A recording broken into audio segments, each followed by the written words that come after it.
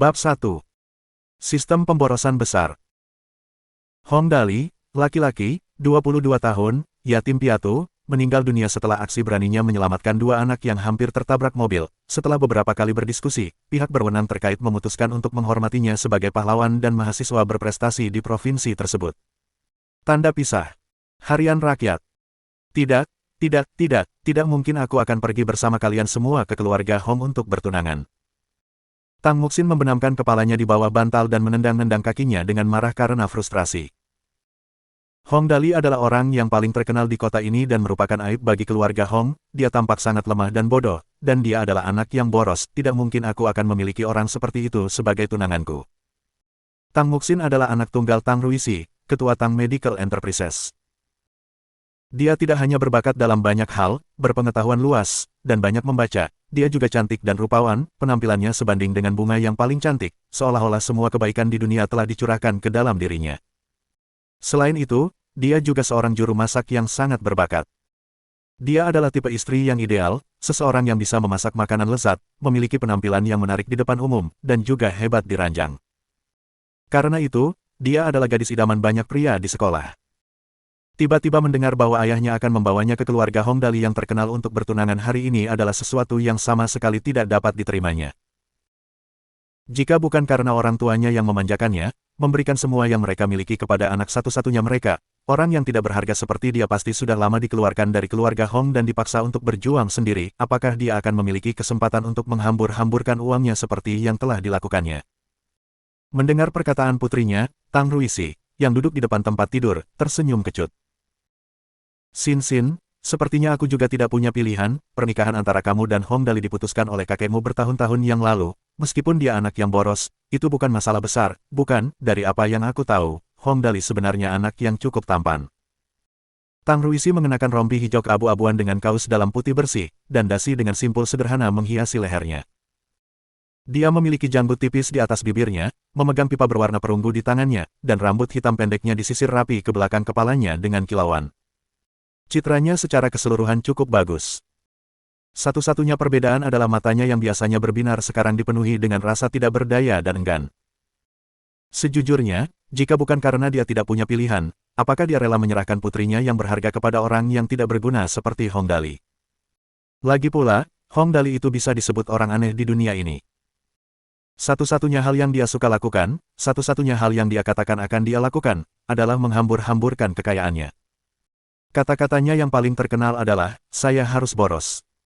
Jika saya tidak menghambur-hamburkan uang, bukankah itu akan membuang-buang kemampuan orang tua saya untuk menghasilkan uang? Pepatah ini konon menjadi bahan tertawaan semua orang di kota Tianjing.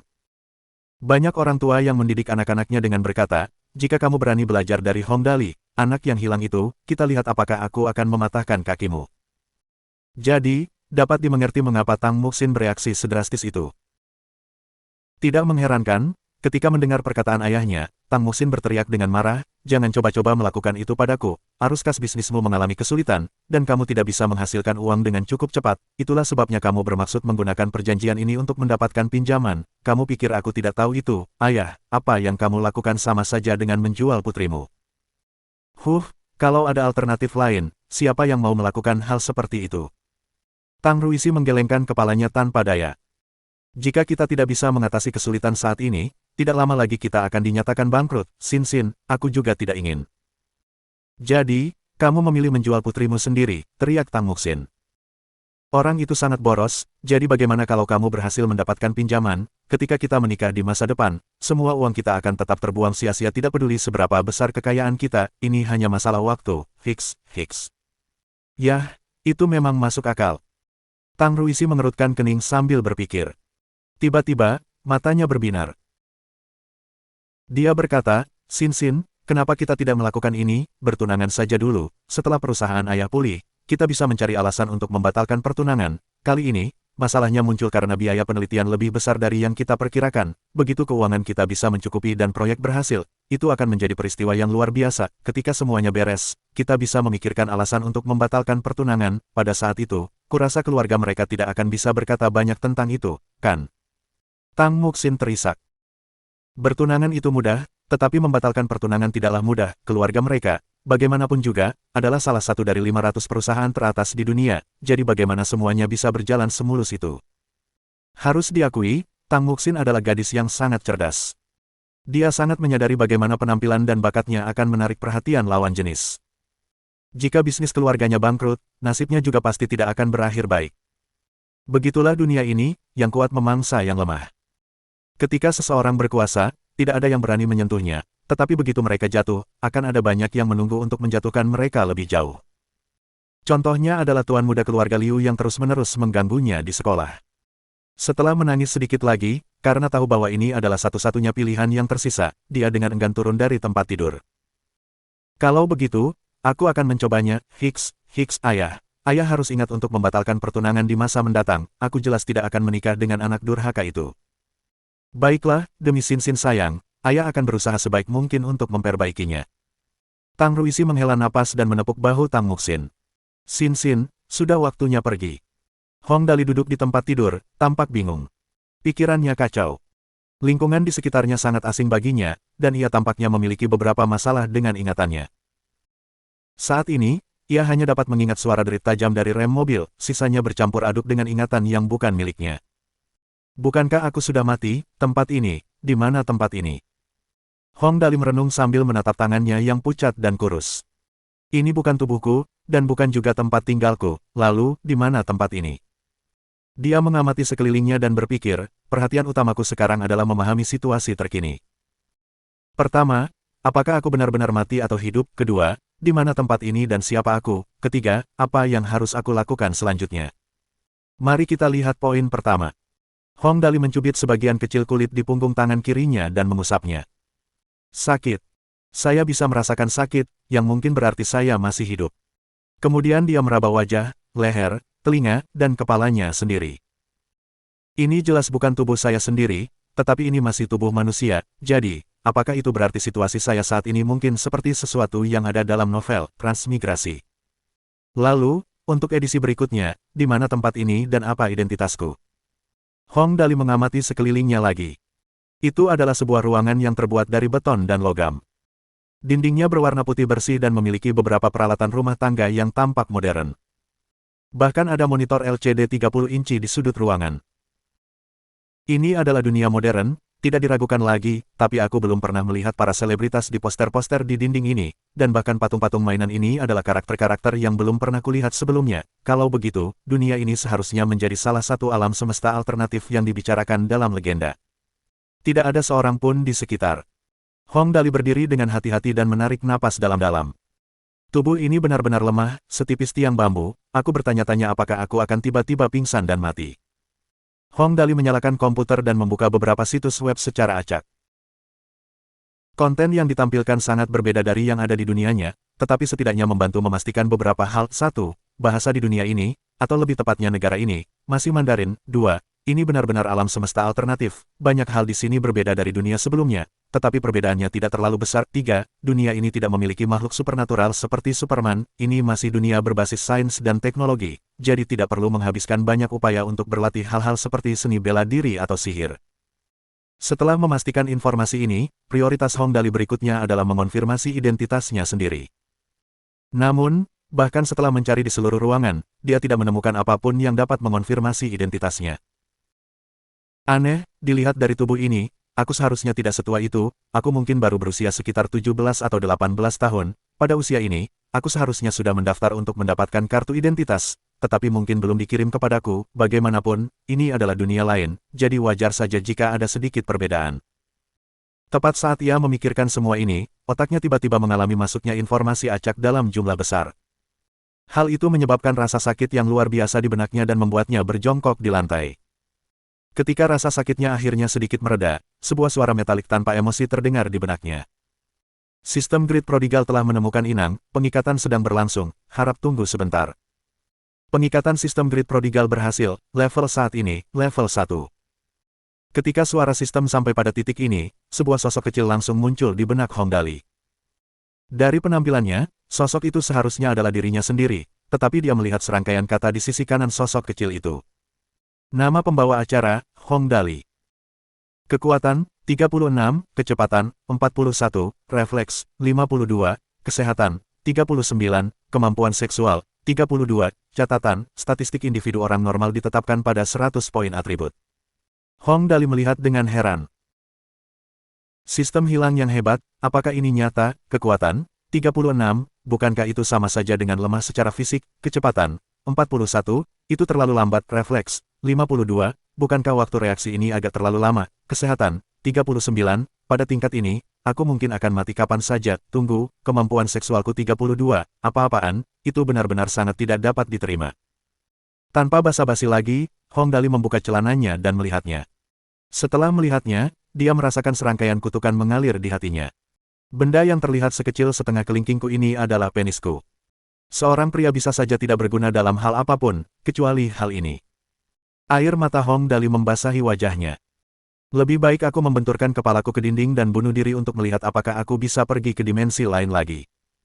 Untungnya, surga tidak menutup semua pintu untuknya.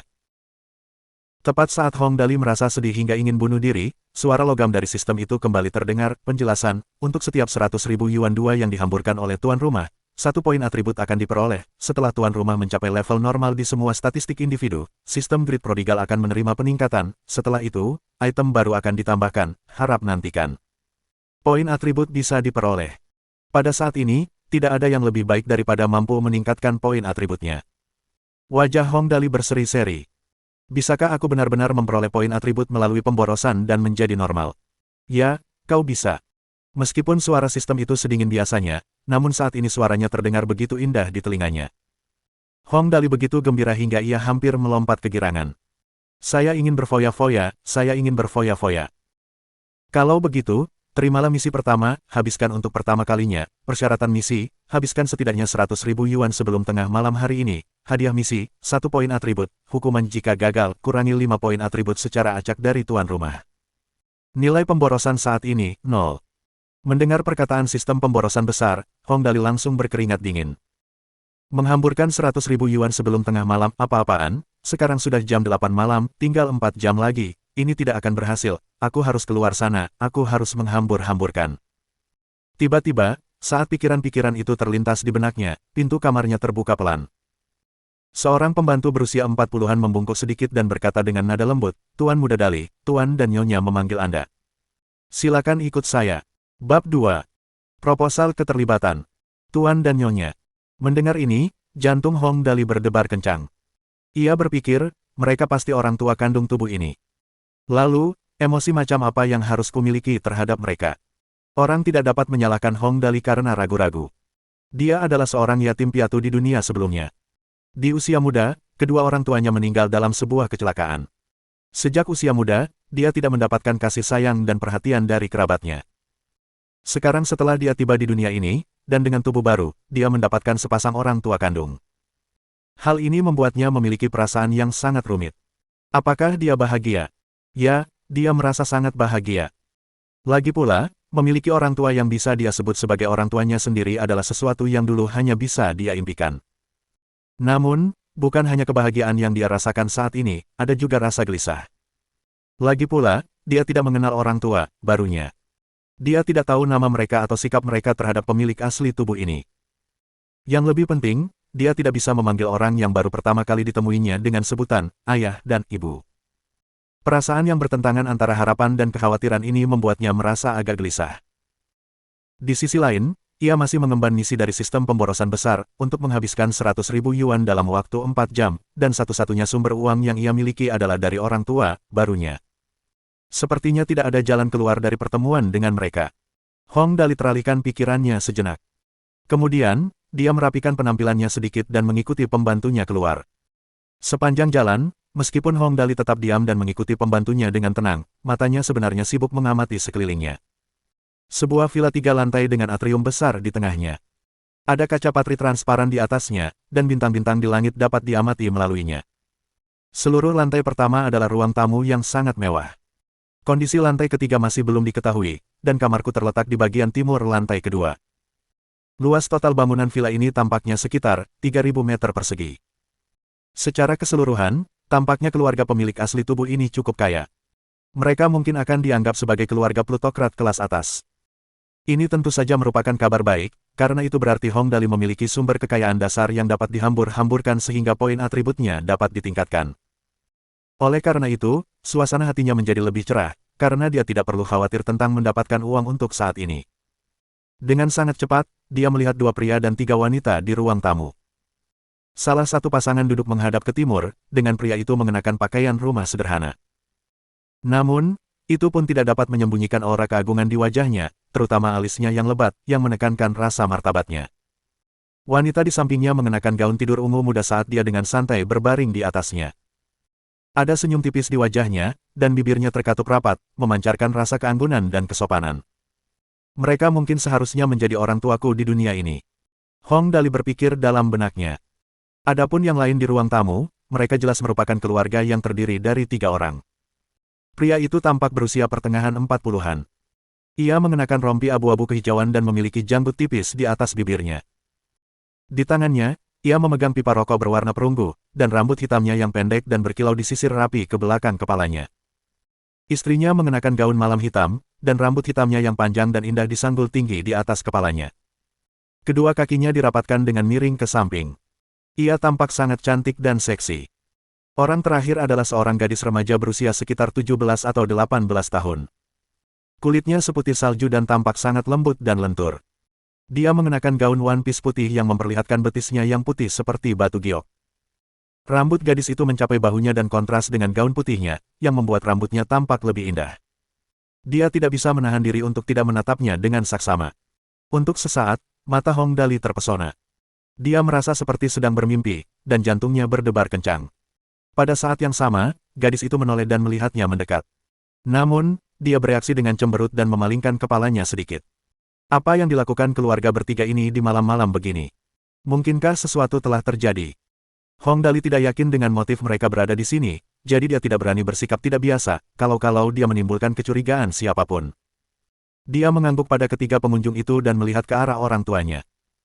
Berjalan mendekat, dia berpikir, sudah jam 8 malam, tetapi para pengunjung ini memilih waktu yang begitu larut untuk berkunjung. Mereka pasti ada di sini karena mereka butuh bantuan untuk sesuatu. Aku bahkan secara khusus dipanggil ke sini, dan ada seorang gadis yang seusia denganku. Dilihat dari ekspresi ambigu kedua keluarga dan bagaimana orang tuaku terus menatap gadis itu. Merenungkan sampai titik ini, Hong Dali menarik napas dalam-dalam. Mungkinkah mereka di sini untuk mengusulkan pertunangan? Untuk mencari bantuan untuk sesuatu? Setelah sampai pada kesimpulan ini, Hong Dali tanpa sengaja melirik gadis itu beberapa kali lagi. Merasakan tatapannya, gadis itu tampak sedikit tidak senang. Dia merajuk dan menunduk untuk memainkan jari-jarinya. Gadis ini tampaknya tidak memiliki kesan yang baik terhadapku, atau lebih tepatnya, diriku yang asli. Sepertinya kedua orang ini sudah saling kenal, tetapi hubungan mereka tidak begitu baik. Ah, sebaiknya aku berhati-hati, pikir Hong Dali. Ketika melihat Hong Dali menuruni tangga dan berjalan ke arah mereka, ayah Hong Dali tersenyum dan memperkenalkan mereka secara alami tanpa ada tanda-tanda pertimbangan. Haha, Dali ada di sini, kemarilah dan sapa Paman Tang dan Bibi Tang. Ia berbicara dengan nada yang sangat lembut, yang langsung membuat Hong Dali sedikit hangat padanya. Jelas bahwa ayah ini sangat memanjakan putranya. Sebagai perbandingan, ia pasti akan memperlakukan Hong Dali dengan baik di masa depan juga. Meskipun ia masih memiliki kenangan tentang kehidupan masa lalunya di dunia lain, bisa memiliki seseorang yang mencintai dan merawatnya sekarang tetap membuatnya merasa sangat beruntung. Halo, Paman, halo, Bibi. Hong Dali tidak yakin seperti apa karakter pemilik tubuh ini sebelumnya. Fragmen-fragmen kenangan yang tersebar di benaknya hanya berisi informasi yang sangat minim, seperti kebiasaan berfoya-foya pemilik tubuh ini sebelumnya. Agar tidak menimbulkan kecurigaan, Hong Dali mengulurkan tangannya ke arah ibunya begitu dia duduk. Berikan aku uang, aku ingin keluar dan berfoya-foya. Batuk, batuk, batuk. Mendengar apa yang baru saja dikatakan Hong Dali bahkan sebelum ibunya sendiri sempat mengungkapkan apapun, Paman Tang, yang berada di samping, terbatuk keras.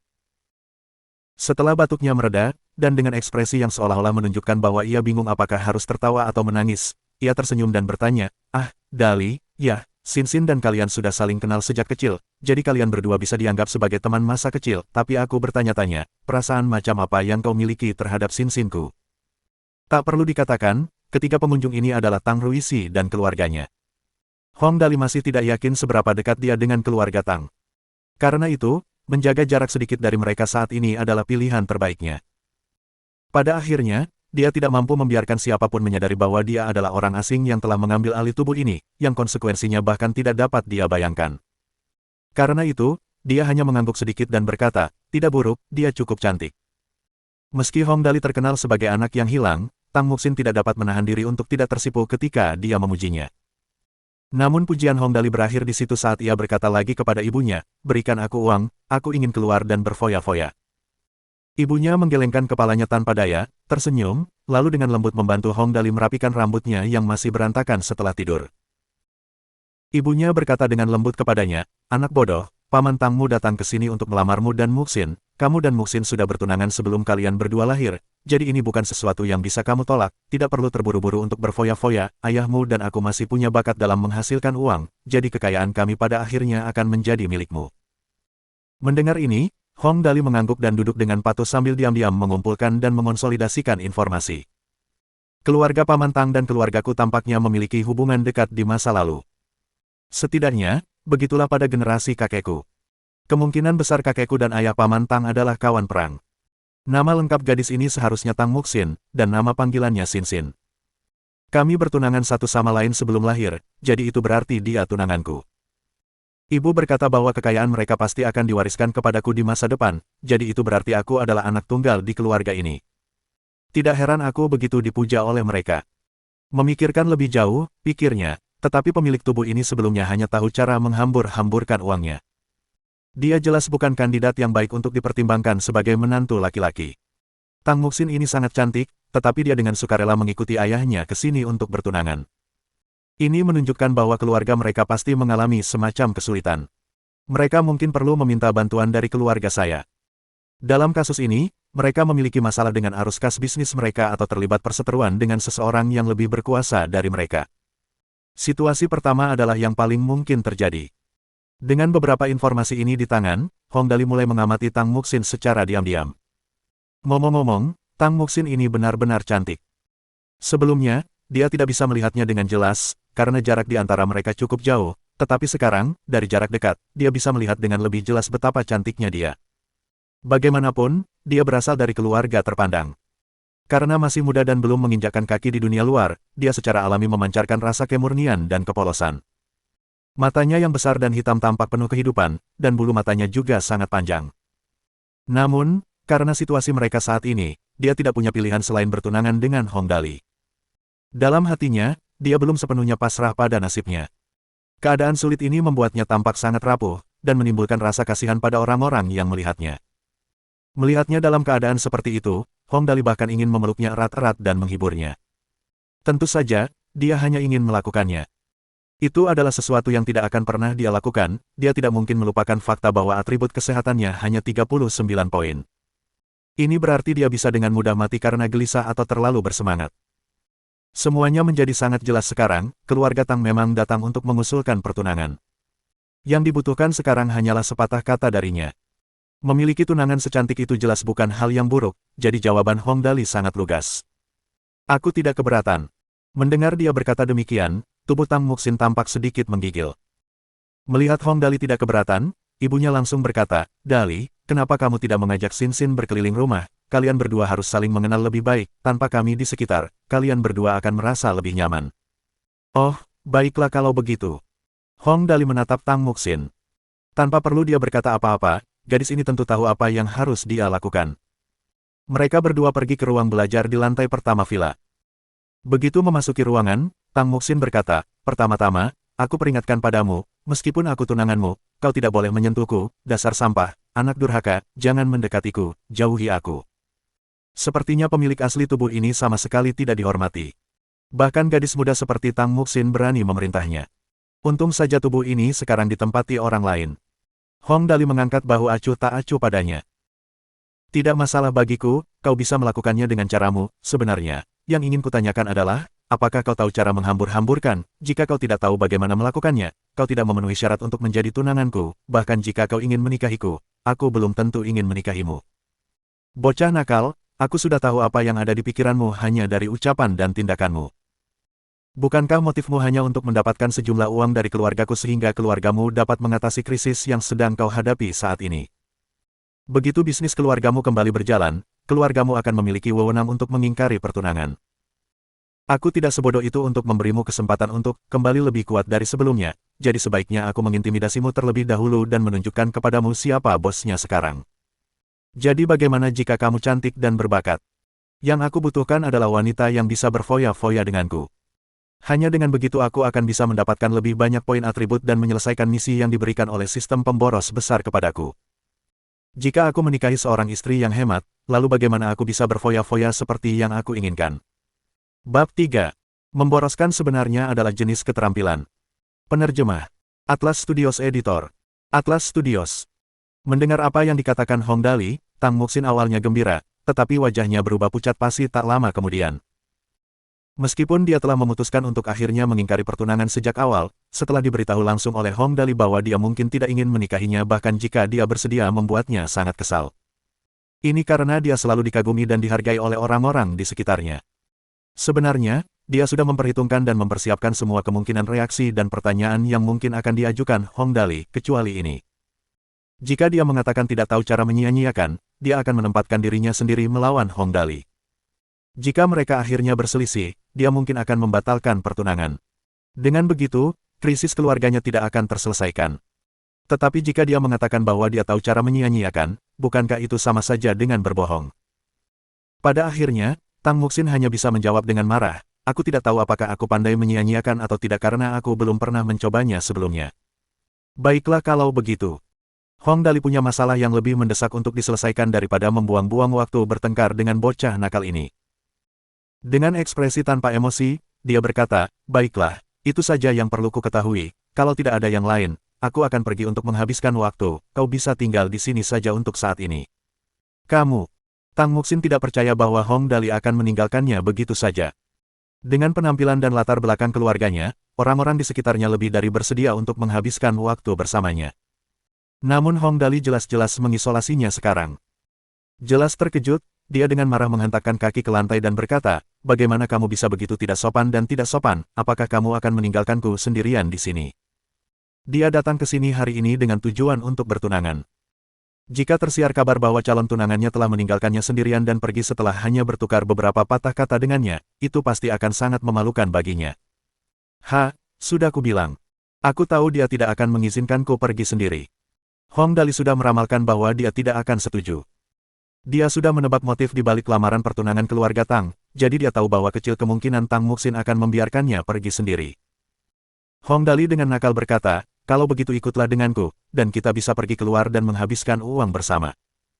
Sambil berbicara, dia mengangkat kedua tangannya tinggi-tinggi ke udara dan menyatakan, aku akan menjadi raja yang hilang, satu. Wajah cantik Tang Muxin menjadi pucat pasi karena marah, tetapi tidak ada yang bisa dia lakukan selain memarahinya. Sungguh memalukan bagiku untuk bergaul dengan anak durhaka sepertimu. Hong Dali tidak peduli dengan bagaimana ibunya memandangnya. Setelah mereka meninggalkan ruangan, Hong Dali segera menghampiri ibunya dan mengulurkan tangannya ke arahnya. Berikan aku sejumlah uang, aku akan membawa Xin Xin keluar untuk dihambur-hamburkan. Tang Ruisi kembali terbatuk keras. Karena ia berada dalam posisi yang tidak menguntungkan untuk mencari bantuan dari keluarga Hong, ia hanya bisa berpura-pura tidak mengerti perkataan Hong Dali. Ia melambaikan tangannya ke arah Tang Muxin dan berkata, Xin Xin, pergilah keluar dan bersenang-senanglah dengan Dali, aku masih punya beberapa hal untuk didiskusikan dengan Paman Hongmu. Ibu Hong Dali mengeluarkan sebuah kartu dari tas tangannya dan memasukkannya ke tangan Hong Dali, lalu berkata dengan nada memanjakan, Dali, cari tahu apa yang disukai Xin Xin dan belikan untuknya, ada sekitar 300.000 yuan di kartu itu, kalau itu tidak cukup, aku akan meminta Bibi Liu untuk mentransfer lebih banyak uang ke dalamnya nanti, PIN-nya adalah 6 angka 0, pastikan untuk mengingatnya. Baiklah. Hong Dali mengambil kartu itu darinya dan mengangkat bahu dengan acuh tak acuh. Kemudian, tiba-tiba, dia bertanya kepada Tang Muxin, yang berada di sampingnya, berapa banyak uang saku yang biasanya kamu dapatkan dalam sehari? Tang Muxin mengalihkan pandangannya dan berkata, saya mendapat 500 yuan sehari, itu sudah lebih dari yang saya butuhkan. Hanya sebanyak itu.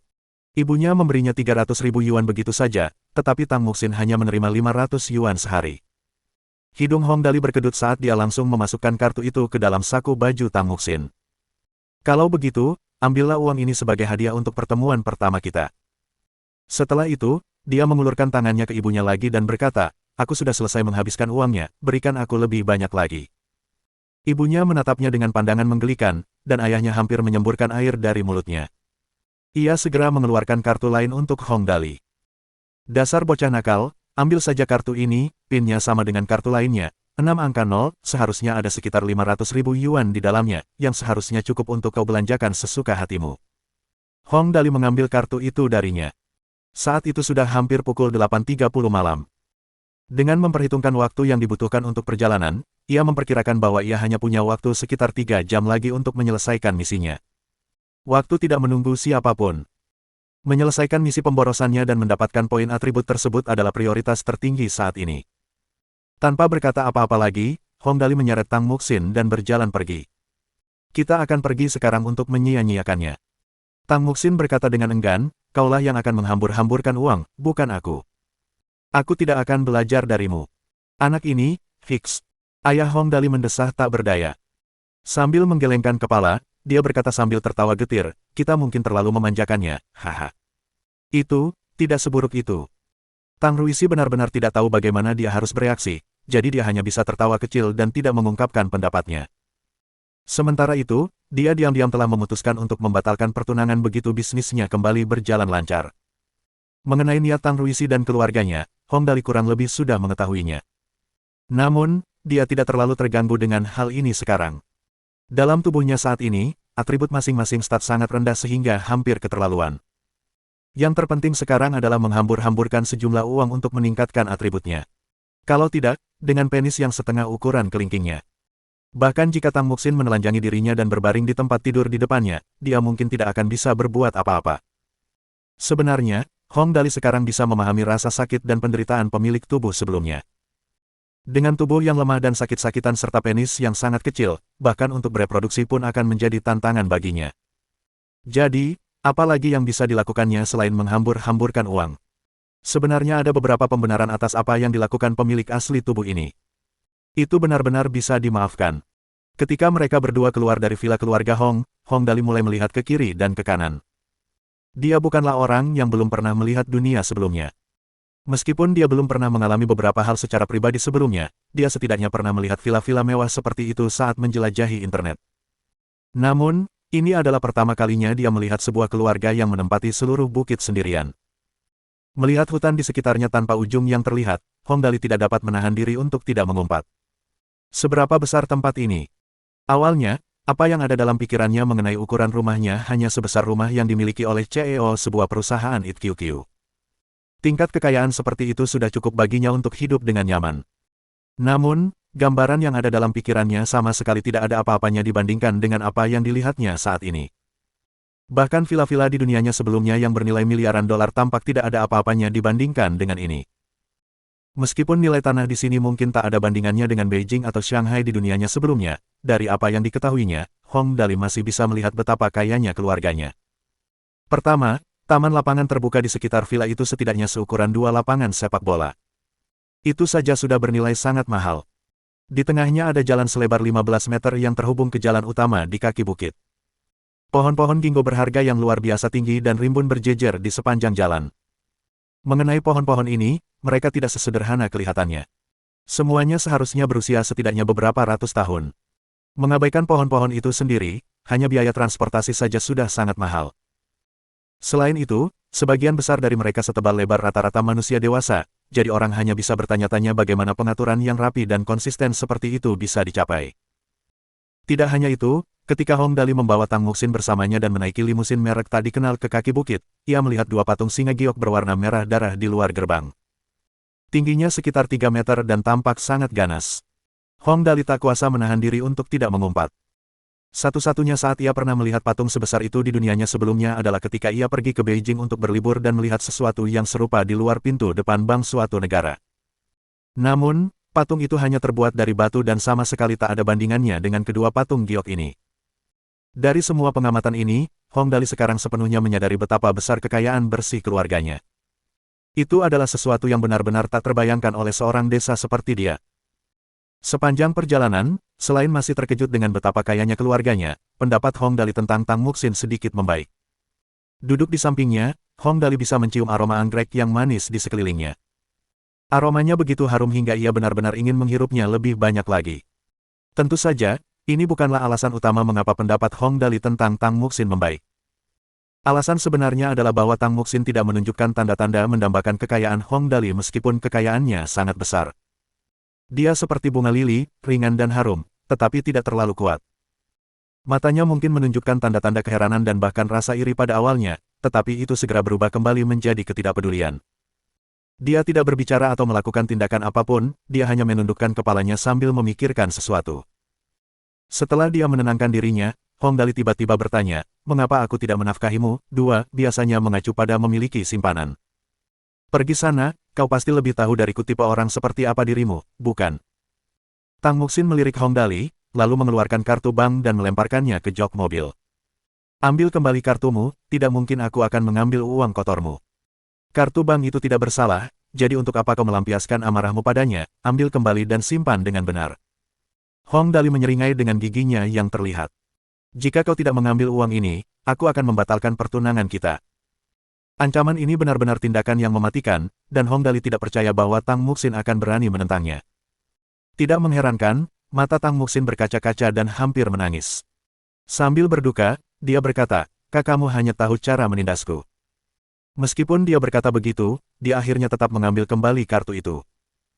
"Kau bahkan menolak sesuatu yang jatuh ke pangkuanmu dari surga, jadi aku benar-benar bertanya-tanya apa yang ada dalam pikiranmu, kau bahkan tidak menginginkan uang gratis." Meskipun Hong Dali kasar dengan kata-katanya, dia sebenarnya merasa sangat gelisah di dalam. Bahkan pada titik ini, dia masih tidak yakin bagaimana menangani hubungan antara dirinya dan Tang Muxin.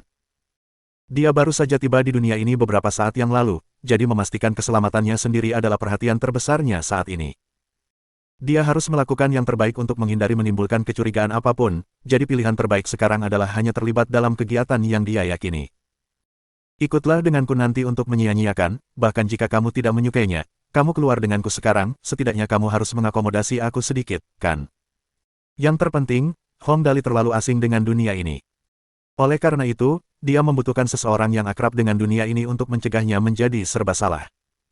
Hidung mungil Tang Muxin berkedut saat dia berkata, "Apa kamu tidak punya ambisi?" Meskipun masih ada sedikit amarah dalam nada suaranya, setidaknya dia tidak menolak tawarannya begitu saja. "Selain menyia-nyiakan, apa kamu benar-benar tidak punya hal lain yang bisa kamu lakukan?" "Saat ini, memang tidak ada yang aku inginkan dan bisa lakukan." Hong Dali tertawa terbahak-bahak. Tiba-tiba dia mengganti topik pembicaraan dan berkata, "Ngomong-ngomong, menghambur-hamburkan uang sebenarnya adalah sejenis keterampilan, apakah menurutmu menghambur-hamburkan uang itu sangat mudah? Jika ya, kamu salah. Misalnya, apa saja cara yang baik bagi kita untuk menghambur-hamburkan uang kita malam ini, kegiatan yang harus dimulai dari setidaknya 100.000 yuan." Bab 4. Saya pasti membuka naskahnya dengan cara yang salah. Sejujurnya, dengan pengalaman Hong Dali, dia sama sekali tidak tahu bagaimana dia bisa menghambur-hamburkan 100.000 yuan dalam semalam. Di dunia sebelumnya, sesekali mentraktir teman-temannya makan di restoran adalah tindakan yang berlebihan baginya. Namun sekarang dia harus menghambur-hamburkan 100.000 yuan dalam semalam. Ini jelas merupakan sesuatu yang sangat sulit baginya. Ini juga merupakan alasan utamanya membawa Tang Muxin, keluarganya setidaknya bisa dianggap agak aristokrat, jadi seleranya terhadap barang-barang mewah pasti lebih tinggi daripada orang kelas bawah seperti dia. Tentu saja, Tang Muxin tidak bisa merasakan motif Hong Dali menanyakan hal itu padanya. Bagaimanapun, dia masih seorang wanita muda, jadi dia sudah melupakan pertikaian mereka sebelumnya. Dia berkata, "Bukankah itu mudah, pergi saja dan berjudi, sangat mudah untuk kehilangan beberapa ratus ribu yuan dengan cara itu dalam semalam." Berjudi. Itu memang salah satu cara terbaik untuk berfoya-foya. Hong Dali sangat gembira. "Kalau begitu, ayo kita berjudi, sopir, ayo kita pergi." Dia telah berencana untuk mengatakan, cari kasino terbesar di sekitar sini dan pergi ke sana, tetapi dia ingat bahwa karena pemilik tubuh ini sebelumnya adalah seorang yang boros, dia mungkin sudah menjadi pengunjung tetap kasino di sini. Jika dia menunjukkan tanda-tanda bahwa dia tidak mengenal kasino-kasino di kota ini, itu mungkin akan membuatnya ketahuan. Oleh karena itu, dia langsung memerintahkan sopir untuk berangkat, percaya bahwa sopir harus mengenal sebagian besar rute di kota itu karena pada dasarnya itu adalah persyaratan pekerjaannya. Tak heran, pengemudi itu menjawab, "Baiklah." Mesin menderu saat ia menginjak pedal gas dan mobil melaju kencang. Dalam perjalanan ke kasino, Hong Dali dengan hati-hati mengamati pemandangan di sepanjang jalan dan menghitung dalam hatinya. Dari villa ke kota memakan waktu sekitar 10 menit atau lebih. Sejak kami sampai di jalan utama, bangunan dan pemandangan tidak tampak jauh berbeda dari tempat asalku. Aku masih tidak yakin apa nama negara ini dan sistem pemerintahannya. Aku perlu memeriksanya perlahan-lahan di masa mendatang. Yang lebih penting, aku harus berhati-hati dengan apa yang kukatakan dan tidak terbawa suasana nanti. Pemandangan di sekitarnya berlalu dengan cepat saat limosin melaju kencang. Sepanjang jalan, Hong Dali melihat banyak hotel, kafe internet, klub pribadi, klub malam, dan sebagainya. Secara umum, semuanya hampir identik dengan kota-kota besar di dunianya sebelumnya. Tak lama kemudian, mobil itu perlahan berhenti. Pengemudi itu menoleh ke belakang dan berkata, "Tuan muda, kita sudah sampai di Kasino Deborah." Hong Dali berbalik dan melihat-lihat. Mobil mereka diparkir di bawah sebuah gedung yang megah dan mempesona. Gedung itu setinggi 6 lantai dan terang benderang oleh lampu neon. Ada banyak sosialita dan pria-pria yang tampak sukses masuk dan keluar gedung. Sekali lihat, Hong Dali tahu bahwa ini adalah kasino bergengsi. Sambil merapikan pakaiannya, Hong Dali terbatuk kering dan memegang tangan Tang Muxin dengan wajar. Ia berkata sambil tersenyum, "Baiklah, ayo, Sin Sin, sudah waktunya untuk pergi bersamaku." Sambil berusaha menarik tangannya, Tang Muxin berkata dengan marah, "Aku peringatkan kamu, jangan sentuh aku, kalau tidak, kamu tidak akan suka konsekuensinya, bahkan jika kamu adalah tunanganku, aku tidak akan bersikap lunak padamu." "Baiklah, baiklah." Hong Dali mengangkat bahu acuh tak acuh. "Cepatlah dan mari kita buang-buang uang, kita bisa membicarakan hal-hal lain nanti. Oh, ini mengingatkanku, kau harus membantuku membuang-buang uang setelah ini, terlalu lambat jika aku melakukannya sendiri, dua pasang tangan lebih cepat daripada satu. Dasar anak boros yang tidak berguna." Tang Muxin cemberut. Wajahnya tampak penuh dengan keengganan. Setelah memasuki Kasino Deborah, seorang pelayan sudah berdiri menunggu. Melihat Hong Dali, dia langsung membungkuk dan menyapa. "Tuan Muda Dali, Anda di sini, selamat datang, silakan masuk." Seperti yang diduga, orang-orang di sini mengenalnya. Hong Dali diam-diam menyeka keringat dinginnya. Dia beruntung karena telah mengubah kata-katanya cukup cepat di dalam mobil. Kalau tidak, dia pasti akan ketahuan. Sopirnya mungkin terlihat biasa saja, tetapi dia tidak ragu bahwa sopirnya akan melaporkan apa yang dikatakan atau dilakukan Hong Dali secara rinci kepada orang tuanya setelah kembali. Jika orang tuanya mulai curiga padanya, itu pasti akan menjadi masalah yang sangat merepotkan. Hong Dali sama sekali tidak berpengalaman dalam hal kasino. Untungnya, dia ditemani Tang Muxin. Sebaiknya biarkan dia yang memimpin. "Sin Sin, saatnya mengujimu, ada 300.000 yuan di kartu ini, pinnya 6 angka 0, yang sudah kamu ketahui, jadi tunjukkan padaku bagaimana kamu akan menghambur-hamburkannya." "Hehe, tidak apa-apa meskipun dia tidak terbiasa dengan tempat ini. Tang Muxin adalah penduduk asli dunia ini dan berasal dari keluarga terpandang. Meskipun dia belum pernah melakukan hal semacam ini sebelumnya, setidaknya dia harus tahu sedikit tentangnya. Kegiatan seperti menukar chip kasino dan mencari meja untuk berjudi seharusnya tidak menjadi masalah baginya." Dasar anak boros, bukankah sudah cukup kau menyia-nyiakannya sendirian, kau harus menyeretku ke dalamnya juga."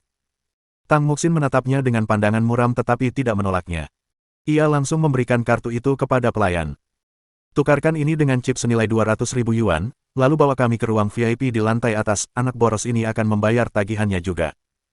Meskipun ia tidak berani menolak permintaan Hong Dali, nadanya menunjukkan ketidaksenangannya terhadapnya.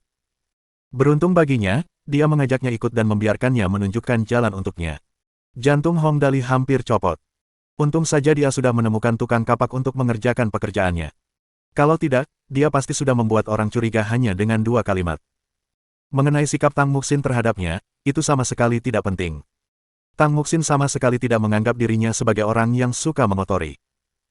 Dia berkata dengan bangga, "Tujuanmu adalah untuk menghambur-hamburkan uang, tetapi aku akan mencegahmu melakukan hal itu hari ini. Aku akan mengikutimu kemanapun kamu pergi." "Baiklah, baiklah, baiklah." Hong Dali diam-diam tertawa dalam hatinya, tetapi ekspresinya tampak acuh tak acuh. "Selama kita bisa menyia-nyiakannya, kamu bisa mengikutiku sebanyak yang kamu mau, itu bukan masalah besar bagiku." Saat itu juga, mereka masuk ke dalam lift dan naik ke atas. Di dalam lift, Hong Dali masih bertengkar dengan Tang Muxin. "Sin Sin, kamu harus membantuku menghabiskan uang nanti, lebih cepat lebih baik, jika kita kehabisan uang, aku akan meminta lebih banyak dari orang tuaku, tujuan kita di sini malam ini hanya untuk menghabiskan uang." Tang Muxin berkata dengan marah, "Yang kau pikirkan hanyalah pemborosan, bahkan saat kau pergi bersamaku, teruslah bermimpi, denganku di dekatmu, kau tidak akan pernah mendapatkan apa yang kau inginkan." Mereka tiba di ruang VIP di lantai atas dengan sangat cepat. Begitu melihat Hong Dali, pelayan itu langsung membuka pintu dan berkata, "Anda di sini, Tuan Muda Dali, silakan masuk, meja nomor 2 favorit Anda sudah dipesankan untuk Anda. Baiklah, aku mengerti, jawab Hong Dali lugas. Namun, jantungnya berdebar kencang. Di mana meja nomor 2 ini? Aku harus segera menemukannya. Kalau tidak, akan sulit menjelaskan mengapa aku tidak tahu di mana letaknya. Sekali lagi, sepertinya membawa Tang Muxin bersamanya hari ini adalah berkah dari Tuhan. Pada titik ini, dia bertanya dengan rasa ingin tahu, mengapa kamu selalu pergi ke meja 2? Aku baru menyadari bahwa apapun yang kamu beli atau lakukan, kamu selalu lebih menyukai nomor 2. Kau benar-benar bidadariku. Pertanyaan ini datang di saat yang tepat. Hong Dali sangat bersyukur hingga ia hampir ingin memeluknya dan menciumnya. Sudah menjadi sifatku untuk menjadi orang bodoh, jika aku ingin duduk di suatu tempat, tempat itu harus menjadi nomor 2, duduk di meja nomor 1 sama saja dengan melakukan ketidakadilan pada diriku sendiri. Melihat pelayan itu berusaha keras untuk tetap tenang, Tang Muxin tidak dapat menahan keinginannya untuk menggali lubang di sini dan bersembunyi di dalamnya. Wajahnya memerah dan dia berkata dengan keras, aku tidak ingin bersikap bodoh padamu, aku tidak mau duduk di meja itu, segera pindah ke meja lain atau aku akan pulang. Itulah kata-kata yang selama ini ia tunggu-tunggu.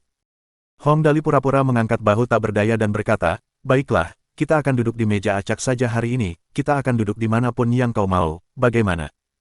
Itu lebih baik. Tang Muxin cemberut dan berjalan masuk, pada saat yang sama memberi instruksi kepadanya.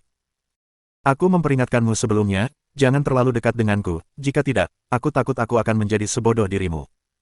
Baiklah, terserah apa katamu. Hong Dali memaksakan diri untuk tidak tertawa saat dia berjalan dengan angkuh ke ruang VIP bersama Tang Muxin. Seperti yang diharapkan dari anak pemboros yang terkenal, Hong Dali dapat mendengar salam dari semua orang saat dia masuk. Yo, ini Tuan Muda Dali, sungguh tamu yang langka. Apa yang akan Anda mainkan hari ini, Tuan Muda Dali? Ah, Tuan Muda Dali ternyata membawa seorang wanita muda bersamanya, apakah dia kekasihmu? Aku mengucapkan selamat kepadamu. Hong Dali tersenyum tipis, tetapi tidak berkata apa-apa. Jika seseorang menyapanya, dia hanya membalas dengan senyuman sopan dan menjaga jarak. Jika tidak, jika dia bertemu dengan seseorang yang dikenalnya atau seseorang meminta dia untuk mengucapkan kata-kata manis kepada orang tuanya, itu akan sangat merepotkan. Dengan sangat cepat, mereka menemukan meja dengan kursi kosong. Hong Dali melirik sekilas ke arah permainan meja itu dan menyimpulkan bahwa itu adalah meja poker 2. Kelihatannya bagus, dia pasti bisa kehilangan uang dengan sangat cepat jika memainkannya. Misi untuk menghambur-hamburkan 100.000 yuan harus bergantung pada permainan ini. Tang Muxin duduk sementara Hong Dali menarik bangku kecil di sampingnya dan ikut duduk. Tindakan ini sungguh mengejutkan para penjudi lain di sekitar mereka. Hal itu juga membuat mereka mencoba menebak identitas aslinya. Namun, tidak ada satupun dari mereka yang bisa menebak siapa dia. Bagaimanapun, meskipun keluarga Tang cukup dekat dengan keluarga Hong, status mereka saat ini tidak lagi sebanding dengan keluarga Hong. Jumlah orang yang mengenal Tang Muxin jauh lebih sedikit daripada mereka yang mengenal Hong Dali. Pelayan itu segera membawakan mereka chip judi senilai 200.000 yuan yang telah mereka tukarkan sebelumnya. Chip-chip itu diletakkan di atas piring yang sangat besar, yang dengan hati-hati diletakkan pelayan itu di atas meja di depan Tang Muxin. Permainan pun dimulai. Bankir membagikan kartu. Kartu pertama setiap orang dibagikan tertutup, dan kartu kedua dibagikan terbuka. Kartu terbuka Tang Muxin adalah 10 sekop. Kartu terbuka pemain lain berkisar dari nilai yang lebih kecil hingga lebih besar dari kartunya.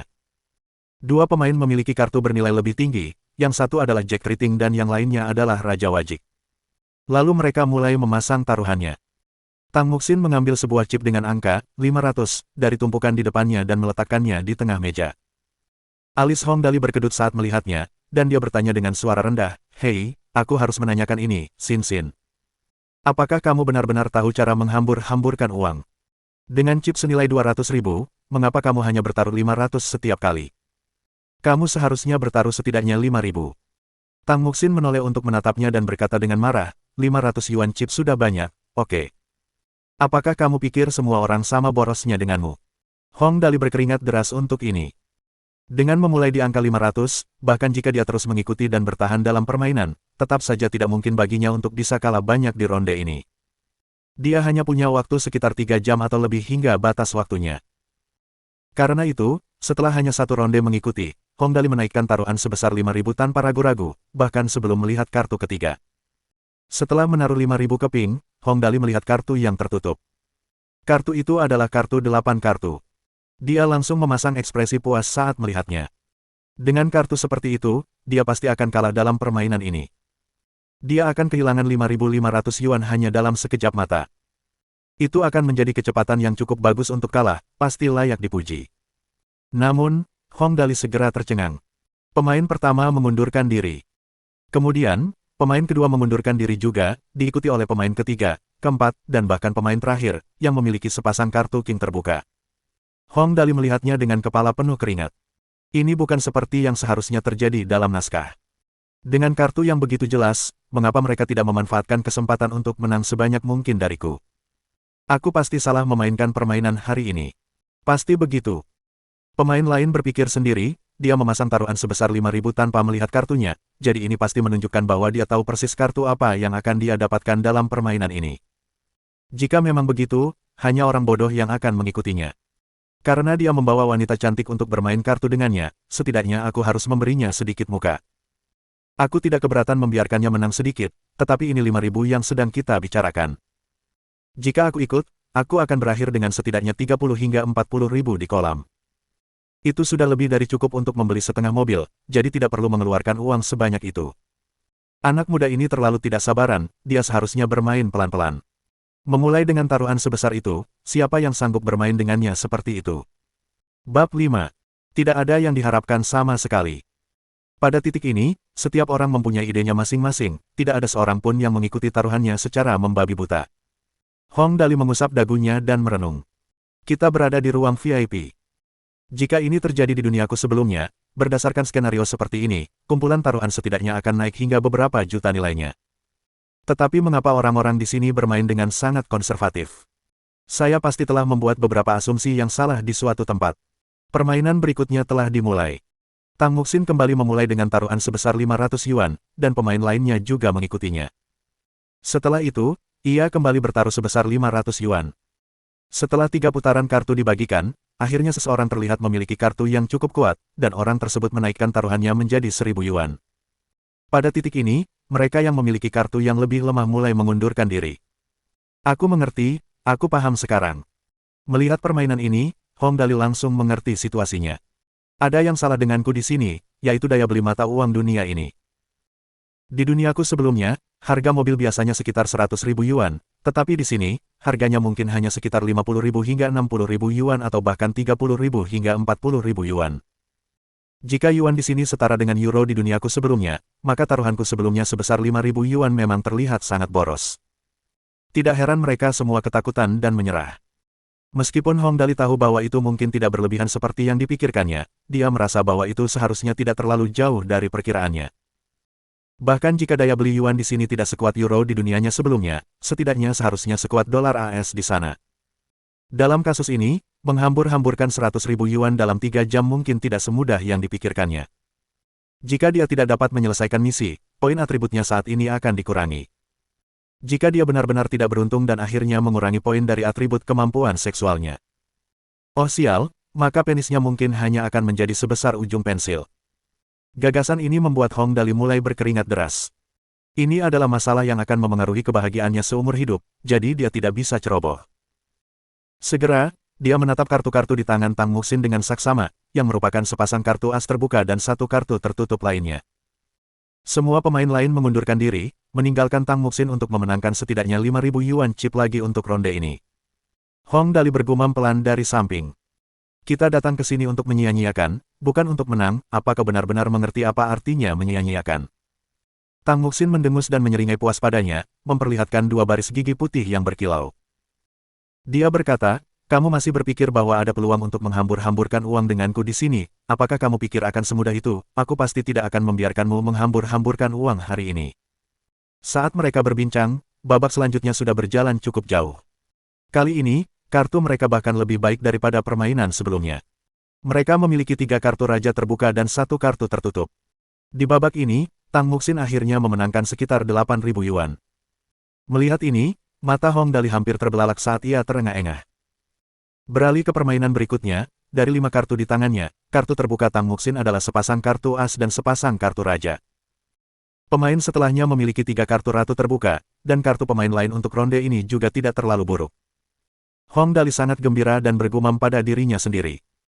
Volt, cepatlah dan Volt, jika kita Volt untuk ronde ini, aku seharusnya bisa kehilangan setidaknya beberapa puluh ribu yuan. Saat itu terjadi, aku akan menyelesaikan misiku. Saat ini, Tang Muxin sudah bertaruh 10.000 yuan. Karena kartu semua orang cukup bagus, penjudi lain di meja juga ikut bertaruh. Pada akhirnya, Tang Muxin yang tidak tahan tekanan dan bertaruh habis-habisan. Hanya itu saja sudah membuat total taruhannya menjadi lebih dari 30.000 yuan. Dengan kecepatan seperti ini, dia pasti akan berhasil menyelesaikan misinya hari ini. Kemudian, pada saat berikutnya, Hong Dali benar-benar hancur, kartu tertutup Tang Muxin ternyata adalah kartu as. Kartu asnya yang penuh dengan raja telah menyapu seluruh meja. Hanya permainan ini saja telah memberinya lebih dari 100.000 yuan. Mereka tidak dapat meneruskan seperti ini lagi. Hong Dali dapat melihat bila kemajuan misi di benaknya. Beberapa kata yang menonjol itu hampir membuatnya terkena serangan jantung. Nilai pemborosan saat ini, minus 125.500 yuan. Dia sama sekali tidak menduga hal ini akan terjadi. Dia datang ke sini dengan maksud untuk berfoya-foya dan menghambur-hamburkan uang, bukan untuk mendapatkan uang. Tanpa basa-basi, Hong Dali menarik Tang Muxin dan pergi sambil berkata dengan marah, "Apa kamu tahu cara bermain? Kami datang ke sini untuk menghambur-hamburkan uang, bukan untuk memenangkan uang. Apa yang sebenarnya merupakan situasi yang cukup baik telah benar-benar kacau olehmu. Bagaimana aku bisa menghambur-hamburkan uang sekarang?" Menghadapi gerutuan Hong Dali, Tang Muxin tidak merasa marah sedikit pun. Sambil berjalan, dia berkata dengan bangga, "Kamu masih berpikir bisa menghabiskan uangmu dengan aku? Apakah kamu pikir akan semudah itu? Baiklah, baiklah, kau menang." Hong Dali menjambak rambutnya karena frustrasi. "Mari kita ganti lokasi untuk membuang-buang uang, kita tidak boleh memainkan sesuatu yang bergantung pada keberuntungan. Jika kita ingin bermain, mari kita mainkan sesuatu yang pasti bisa menghabiskan uang kita." Baru saja menang di pertandingan benar-benar mengacaukan rencana Hong Dali untuk berfoya-foya. Tang Muxin merasa cukup senang tentang itu, dan sambil menyeringai, dia berkata, "Jika kamu ingin menggunakan cara lain untuk berfoya-foya, satu-satunya hal yang bisa kita lakukan adalah pergi berbelanja. Tapi sekarang sudah sangat larut, toko-toko bermerek yang lebih mewah sudah tutup untuk hari ini. Kamu mungkin tidak akan bisa berfoya-foya lagi hari ini." Berdasarkan daya beli yuan di dunia ini dan mempertimbangkan sekitar 120.000 yuan yang dimenangkan di kasino, Hong Dali harus menghabiskan setidaknya 230.000 yuan untuk menyelesaikan misinya. Jika toko aksesoris sudah tutup dan dia memilih untuk membeli barang dari supermarket, dia memperkirakan bahwa dia harus mengosongkan seluruh supermarket untuk menghabiskan uang sebanyak itu. Sayangnya, sebelum Hong Dali bertransmigrasi ke tubuhnya saat ini, dia dianggap sebagai anak yang berperilaku baik. Dia pandai menabung dan tidak punya pengalaman menghambur-hamburkannya. Baginya, mentraktir teman sekolah atau temannya dengan makanan seharga beberapa ratus dolar sudah merupakan tindakan paling boros yang bisa dia pikirkan. Tapi sekarang dia harus menghambur-hamburkan lebih dari 200.000 yuan. Berapa banyak yang harus dia makan untuk menghabiskan uang sebanyak ini? Yang lebih penting, jika dia tidak dapat menemukan restoran termahal di kota itu pasti akan membuatnya ketahuan. Terlebih lagi, sekarang sudah sangat larut. Tidak akan ada cukup waktu untuk melakukannya dengan cara ini sama sekali. Apa yang harus aku lakukan? Apa yang harus aku lakukan? Dia hanya punya waktu kurang dari 2 jam untuk menyelesaikan misinya. Dalam keputusasaannya, Hong Dali tiba-tiba teringat sebuah klub malam yang tampak agak berkelas yang pernah dilihatnya saat mereka dalam perjalanan ke sini sebelumnya. Dia tampaknya ingat bahwa tempat itu bernama Ye Lai Siang, atau semacamnya. Dilihat dari fasadnya dengan lampu neon yang terang benderang yang berada di dalam gedung yang sangat tinggi dan tampak megah, itu jelas merupakan tempat yang bagus untuk menghabiskan uang. "Ayo pergi." Hong Dali menjentikkan jarinya dengan keras dan berkata, "Ayo pergi ke Ye Lai Siang untuk menghabiskan uang." Ye Lai Siang, klub malam. Mendengar Hong Dali menyarankan tempat seperti itu, Tang Muxin sangat terkejut hingga matanya yang cerah terbelalak sempurna. "Kenapa kau pergi ke tempat seperti itu? Kau baru saja berusia 18 tahun, untuk apa kau mengunjungi tempat seperti itu?" "Apa kau perlu bertanya? Tentu saja aku akan pergi ke sana untuk menghabiskan uang." Hong Dali menjawab dengan tenang. "Aku orang yang boros, dan sebagai orang yang kaya dan berkuasa, tidakkah kau pikir aku masih kekurangan sedikit?" Apa yang masih kurang darimu?" Tang Muxin benar-benar terdiam oleh kata-kata Hong Dali yang mendominasi. "Apa yang masih kurang darimu?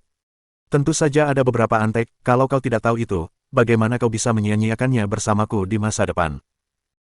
Hong Dali memimpin jalan menuruni tangga dan berkata, "Lihatlah tangga ini, sekarang hanya ada kita berdua. Kan, kita harus naik selangkah demi selangkah untuk sampai ke sini dan selangkah demi selangkah untuk turun. Kalau ada antek di sekitar kita, itu akan berbeda." Bagaimana bedanya?" Tang Muxin telah dikalahkan sepenuhnya oleh Hong Dali. Apakah ada perbedaan? Hong Dali menjelaskan dengan bangga. Dengan adanya antek-antek di sekitar, aku bisa meminta mereka untuk menggendongku naik atau turun tangga, jadi menurutmu apakah hasilnya akan sama? Petik 2. Tang Muxin benar-benar putus asa. Setelah beberapa saat, dia akhirnya berteriak. Kamu, dasar anak boros yang bodoh. Salah. Hong Dali menjentikkan jarinya lagi. Aku anak yang sangat boros. Di villa keluarga Hong. Orang tua Hong Dali duduk di sofa di ruang tamu lantai pertama. Ayahnya menyesap teh Guanyin terbaik di dunia ini dan berkata dengan suara pelan, sayang, apa pendapatmu tentang lamaran pertunangan Tang Ruisi? Ibu Hong Dali berpikir sejenak sebelum menjawab sambil tersenyum, itu mungkin rencana untuk menunda sesuatu, aku tahu Muxin sangat tidak menyukai Dali kita, aku juga mendengar bahwa perusahaan Tang Ruisi saat ini sedang mengalami kesulitan keuangan, dari percakapan kami dengannya hari ini, niatnya untuk mendapatkan pinjaman dari kami cukup jelas, dari apa yang kulihat, ada kemungkinan 80% bahwa dia hanya mengusulkan pertunangan karena dia tidak punya pilihan lain lagi. Ayah Hong Dali menyalakan sebatang rokok, mengangguk, dan berkata, ya, pendapatku sama denganmu, ngomong-ngomong, hubungan keluarga Tang dan keluarga Hong kita sudah dimulai sejak generasi sebelumnya, bahkan tanpa pertunangan ini, aku tidak akan menolaknya jika dia meminta pinjaman kepadaku, namun, Tang Ruisi ini masih enggan berutang budi kepada orang lain. Ketika perusahaannya mengatasi kesulitan ini di masa mendatang, apakah menurutmu dia akan mengingkari pertunangannya? Ibu Hong Dali tersenyum, menatap suaminya dengan pandangan menegur, dan berkata, mengapa kamu masih bertanya kepadaku ketika kamu sudah tahu niatnya? Sebenarnya, yang paling aku khawatirkan bukanlah apakah mereka akan mengingkari pertunangan atau tidak, tetapi apa yang akan terjadi pada Dali kita di masa depan, seperti yang kamu tahu, kondisi fisiknya. Mengenai masalah ini, Ayah Hong Dali hanya bisa berkata tanpa daya, ini masalah yang sulit, semua dokter yang kami konsultasikan mengatakan bahwa ketidakmampuan seksual Dali adalah bawaan lahir, bahkan jika kami memberinya transplantasi organ, itu tidak akan ada gunanya. Menjadi anak yang hilang hanyalah masalah kecil, yang lebih saya khawatirkan adalah kita tidak akan memiliki keturunan untuk cabang keluarga kita, kakak-kakak saya terus-menerus mengincar kekayaan kita, dan kamu tidak bisa hamil lagi selama bertahun-tahun ini, setiap keluarga memiliki kesulitannya sendiri untuk dihadapi. Ya, saya juga benar-benar tidak tahu apa yang bisa kita lakukan mengenai masalah ini. Mereka terdiam sampai seseorang tiba-tiba datang untuk membuat laporan. Tuan, Nyonya, saya di sini untuk memberi Anda berdua kabar terbaru. Tuan muda Dali pergi ke Kasino Deborah terlebih dahulu dan sekarang sedang dalam perjalanan ke klub malam Yelai Siang. Ayah Hong Dali tertawa dan berkata, anak nakal ini benar-benar terlalu berani dan gegabah. Baiklah, kamu dimaafkan, awasi saja dia dan pastikan keselamatannya tidak terancam. Ya, Guru. Ibu Hong Dali mengerutkan bibirnya dengan lembut dan tersenyum. Ia berkata, aku heran bagaimana anak ini akan menghabiskan uang kita hari ini. Dia hidup sangat tidak teratur sehingga ia tidak tahu betapa khawatirnya kita padanya. Bab 6. Perasaan menjadi orang kaya baru. Hong Dali tidak menyadari kekhawatiran orang tuanya. Saat ini, ia memiliki kekhawatirannya sendiri, menghamburkan 230.000 yuan dalam waktu 2 jam. Mengingat daya beli yuan di dunia ini jelas merupakan tugas yang sulit. Melalui percakapan sebelumnya dengan Tang Muxin, di mana ia bertanya secara samar-samar tentang daya beli di dunia ini, ia menyadari bahwa daya beli yuan di dunia ini 5 kali lebih besar daripada di kehidupan sebelumnya. Yang berarti bahwa 230.000 yuan di sini akan bernilai sekitar 1 juta di kehidupan sebelumnya.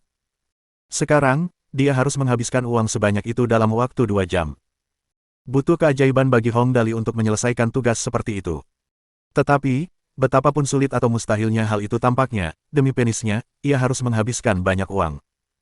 Apakah kamu benar-benar berencana mengunjungi klub malam Yelai Siang untuk berfoya-foya?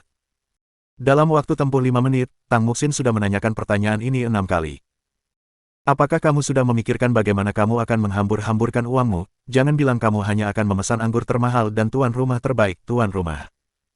Tingkat wawasanmu masih terlalu rendah. Hong Dali bersandar di sandaran kursi, dengan bangga duduk dengan kaki disilangkan. Ada banyak cara untuk menyia-nyiakan, aku memilih opsi yang termudah dan paling efektif, hehe. Dasar anak durhaka, aku tidak mau peduli lagi padamu. Tang Muxin mendengus kesal dan memalingkan wajahnya. Tuan muda, kita sudah sampai. Pengemudi menghentikan mobil dan keluar terlebih dahulu. Dia dengan sungguh-sungguh membukakan pintu mobil untuk Hong Dali dan berkata, Tuan muda, silakan turun. Ya, lumayan. Hong Dali berdiri di pintu masuk klub malam dan melihat lampu-lampu menyala di sana. Dia mengangguk puas. Ini terlihat jauh lebih menarik, kita menghabiskan waktu lama bermain poker tadi, tetapi kita malah menang beberapa ratus ribu yuan alih-alih menghambur-hamburkan uang, itu benar-benar menggangguku. Sambil menjentikan jarinya, dia berkata, ayo, mari kita membenamkan diri dalam kemewahan, membenamkan diri dalam pemborosan, aku akan memesan seluruh tempat ini untuk hari ini. Melakukan hal-hal seperti memesan seluruh tempat jelas bukan hal baru bagi pemilik asli tubuh ini. Hong Dali sama sekali tidak khawatir tindakannya akan terlihat tidak normal. Pesan seluruh tempat ini. Tang Muxin merasa bahwa jumlah kali dia gelisah hari ini lebih banyak daripada setiap kali lainnya dalam hidupnya. Hong Dali yang boros ini benar-benar berencana untuk memesan seluruh tempat ini. Tentu saja, aku harus memesan seluruh tempat di klub malam. Bagaimana aku bisa menyia-nyiakannya jika aku tidak melakukan itu? Hong Dali tersenyum nakal dan langsung menerobos masuk ke dalam klub malam. Perhatikan aku, semuanya. Tamu kalian sudah datang. Kedua penjaga keamanan di pintu masuk saling berpandangan. Mereka dapat melihat Hong Dali turun dari limusin super mewah bahkan dari jauh. Oleh karena itu, mereka tidak berani bersikap gegabah. Mereka dengan hormat bertanya, halo, Tuan, bolehkah saya tahu maksud Anda di sini?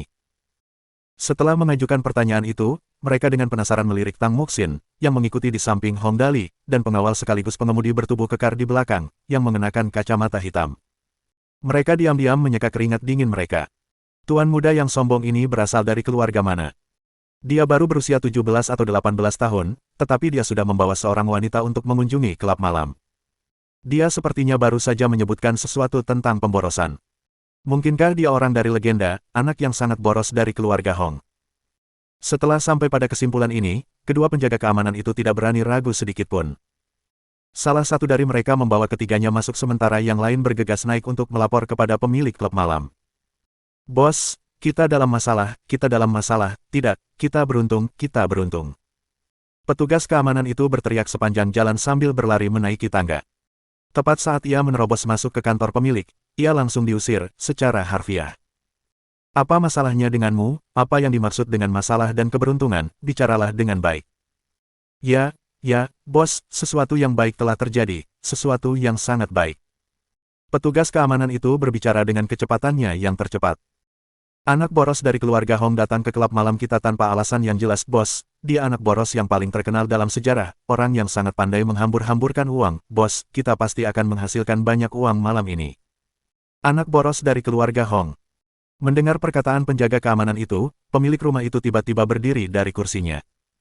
Maksudmu yang bernama Hong Dali, anak boros itu, yang bisa menghamburkan puluhan ribu yuan tanpa berpikir dua kali. Saya 80% yakin itu dia. Petugas keamanan itu berkeringat karena kegembiraan dan berkata, mereka turun dari limusin. Ketika mereka berjalan, mereka menyebutkan sesuatu tentang pemborosan. Saya setidaknya 80% yakin itu dia. Pemiliknya bertepuk tangan dengan penuh kegembiraan dan terus-menerus berputar di sekitar ruangan. Dia terus berkata, ini adalah hadiah dari surga untuk kita, hadiah dari surga untukku. Anak boros ini selalu menghambur-hamburkan uang dalam jumlah besar. Klub malam kita sudah lama tidak menghasilkan keuntungan. Dengan kunjungannya ke sini, ini benar-benar saat yang tepat untuk mendongkrak penjualan kita. Setelah memikirkan hal itu, mata pemilik itu berbinar. Dia dengan cemas berkata, beritahu staf bahwa mereka harus memenuhi semua permintaannya. Apapun itu, selama dia bahagia di sini, dia akan sering datang lagi. Jika itu terjadi, situasi di sini benar-benar bisa berubah menjadi lebih baik. Ini akan menyelamatkan bisnis itu sendiri. Siap, bos. Petugas keamanan itu langsung berlari ke bawah, menyampaikan pesan itu kepada seluruh staf yang ada di jalan. Adapun Hong Dali, ia mengikuti petugas keamanan ke dalam klub malam. Namun, ketika mereka sampai di aula utama, Hong Dali mengerutkan alisnya. Dekorasi dan desain klub malam itu memberikan kesan mewah dan megah. Namun pada kenyataannya, basis pelanggannya tampak agak terbatas. Lantai dansa dibangun dalam skala yang sangat besar, tetapi hanya ada beberapa orang yang berdansa di dalamnya. Kursi-kursi di sekitarnya hampir tidak terisi. Kesan keseluruhan yang diterimanya tidak sepenuhnya seperti yang ada dalam pikirannya. Bagaimana dia bisa menyia-nyiakan acara sekecil itu? Hong Dali berdiri di pintu masuk aula dengan kedua tangan berkacak pinggang. Ia bertingkah seperti orang kaya baru yang memberi arahan kepada bawahannya. Hitunglah pengeluaran semua orang di sini, saya memesan tempat ini untuk hari ini, tagihkan semua tagihan mereka ke rekening saya. Ya ampun, perasaan ini sungguh luar biasa. Meskipun tampak bodoh, perasaan menjadi orang kaya baru adalah apa yang selalu ia impikan. Sekarang, mimpinya akhirnya menjadi kenyataan. Wajah Hong Dali dipenuhi air mata kebahagiaan satu. Ya ampun. Di sampingnya, Tang Muxin mendesah jengkel. Dia menutupi wajahnya dengan tangannya, berharap bisa menemukan lubang untuk mengubur dirinya. Dia merasa sangat malu hari ini. Dia adalah putri keluarga Tang, cantik dan berbakat. Sejak kapan dia pernah melakukan hal yang memalukan seperti itu? Sedangkan sang sopir, dia tidak tahu apakah harus tersenyum atau menangis. Tuan muda ini jelas memiliki cara uniknya sendiri dalam melakukan sesuatu. Ini. Selama bertahun-tahun bekerja di sini, ini adalah pertama kalinya petugas keamanan itu melihat seorang pelanggan mengajukan permintaan seperti itu. Dia ragu-ragu, tidak tahu apakah dia harus menyetujuinya. Untungnya, petugas keamanan lainnya, yang telah pergi melapor kepada pemilik, datang dan membisikkan pesan bos di telinganya. Setelah itu, keduanya mengangguk dengan tegas pada saat yang sama dan berkata, "Oke." Seketika, salah satu dari mereka dengan sungguh-sungguh menuntun jalan menuju penyanyi klub malam itu. Ia mengambil mikrofon dari penyanyi itu dan meletakkannya di tangan Hong Dali. Ia berkata dengan hormat, "Baiklah, Tuan Muda, karena Anda berencana untuk memesan seluruh tempat, bukankah Anda seharusnya memberitahu pelanggan lain?" Memberitahu mereka? Ya, tentu saja, dia harus melakukannya. Cara yang benar untuk menyia-nyiakan adalah melakukannya dengan cara yang jujur dan percaya diri. Hong Dali mengangkat mikrofon ke mulutnya dan terbatuk pelan. Setelah menarik perhatian semua pelanggan yang hadir, dia berkata dengan lantang, "Selamat malam, hadirin sekalian." Mendengar seseorang menyapa mereka dengan cara seperti itu, semua yang hadir mengalihkan pandangan mereka ke arahnya. Ketika mereka melihat seorang remaja berusia 17 atau 18 tahun di atas panggung, mereka tidak yakin apa yang sedang terjadi. Mereka berdiskusi dengan lembut di antara mereka sendiri. Apa yang dilakukan anak itu di tempat seperti itu? Dia cukup tampan. Mungkin dia gigolo baru di sini. Saya suka penampilannya, nanti, kita tanya bos berapa biayanya untuk satu malam. Puff, cara hidupmu masih belum berubah bahkan setelah bertahun-tahun. Banyak wanita muda yang hadir diam-diam berpikir, pria muda ini cukup tampan. Pakaiannya juga tampak bermerek. Kemungkinan besar dia adalah putra keluarga kaya. Mungkin ide yang bagus untuk mencoba dan memikatnya. Penampilan anak muda ini sungguh menarik. Jika aku bisa menarik perhatiannya dan melatihnya, pasti akan sangat menarik. Meskipun setiap orang mempunyai pemikiran dan ide yang berbeda, mereka segera tenang. Kemudian, mereka mendengar Hong Dali berkata dengan suara keras, "Suasana hatiku sedang baik hari ini, jarang sekali tunanganku menemaniku keluar, karena itu, aku memesan seluruh tempat ini untuk hari ini, semua pengeluaran akan dibebankan padaku, tentu saja, itu belum termasuk tip." Seorang kaya baru. Beginilah rupa seorang kaya baru sejati, tahukah Anda? Dia memesan seluruh tempat tanpa banyak pertimbangan hanya karena suasana hatinya sedang bagus. Tang Muxin menghentakkan kakinya dengan marah ke samping. "Siapa tunanganmu?" Namun, dia hanya berani mengatakan itu dalam hatinya. Dia tidak punya keberanian untuk menolak secara langsung. Seketika, suara keheranan memenuhi tempat itu. Pandangan para wanita muda ke arah Hong Dali berubah. Mata mereka bersinar keemasan, mereka memandang Hong Dali seolah-olah dia adalah gunung emas. Seolah itu belum cukup, Hong Dali melanjutkan, "Oh, benar, satu hal lagi, aku sedang mencari beberapa pembantu. Oh, itulah yang disebut, antek, dalam legenda, wanita muda dan cantik diutamakan terlebih dahulu. Aku pria yang bodoh dan kaya, bagi yang berminat, datang dan cari aku sekarang, gaji bulanannya 10.000 yuan, tip dihitung terpisah, posisi terbatas, dan tawaran ini hanya tersedia sekarang. Mempekerjakan antek-antek, bodoh dan kaya. Gaji bulanan 10.000 yuan. Tip dihitung terpisah. Slot terbatas." Begitu Hong Dali selesai berbicara, tempat itu langsung heboh. Gaji bulanannya mencapai 10.000 yuan. Mereka bisa membeli apartemen besar hanya setelah bekerja setahun. Perlu diketahui bahwa gaji rata-rata pekerja kera putih yang cukup kaya hanya sekitar 3.000 hingga 5.000 yuan. Tidak hanya itu, tipnya juga dihitung secara terpisah. Melihat cara dia berfoya-foya, mereka bisa menduga tipnya akan sangat besar. Dalam sekejap mata, tak kurang dari 10 wanita muda yang cukup rupawan berteriak dan menerkam ke arahnya. Begitu sampai di Hong Dali, mereka hampir ingin menerkamnya dan memeluk kakinya. "Aku bisa melakukannya, aku bisa melakukannya, tolong bawa aku pergi, tolong sediakan aku 2. Pilih aku bisa memasak, dan aku juga bisa menghangatkan tempat tidur. Kau harus memilihku, aku punya suara lembut dan tubuh yang lembut, dan aku akan mudah tunduk padamu." Awalnya, hanya wanita yang tertarik, tetapi tak lama kemudian, bahkan pria pun berdatangan. Mereka mengelilingi Hong Dali dan berteriak sekeras-kerasnya agar didengar. aku bisa bertarung dan membunuh, terlepas dari apakah mereka tua atau muda, aku adalah pilihan yang tepat untuk seorang antek." Tang Muxin terdiam. Dia menutupi wajahnya dengan kedua tangannya, menghentakkan kaki, dan berkata, anak durhaka ini benar-benar telah membuang mukaku hari ini, reputasiku yang legendaris seumur hidup, jika ada yang tahu tentang ini, bagaimana aku bisa menghadapinya? Hong Dali dengan gembira melakukan pemilihan acak. Ia menunjuk beberapa wanita muda yang menarik perhatiannya. Hanya beberapa dari kalian yang bisa, mulai sekarang, kalian akan menjadi kaki tanganku. Kemudian, ia menunjuk beberapa pria berwajah garang dan bertubuh kekar. Hanya beberapa dari kalian yang akan menjadi antek-antekku, jika aku meminta kalian pergi ke timur, kalian tidak bisa pergi ke barat, jika aku meminta kalian pergi dan menangkap anjing, kalian tidak bisa menangkap ayam, apakah ada di antara kalian yang keberatan dengan itu? Para wanita dan pemuda langsung berdiri tegap. Tentu saja tidak masalah. Hong Dali menganggukkan kepalanya dengan puas. Mulai sekarang, kau akan memanggilku Tuan Muda, hehe.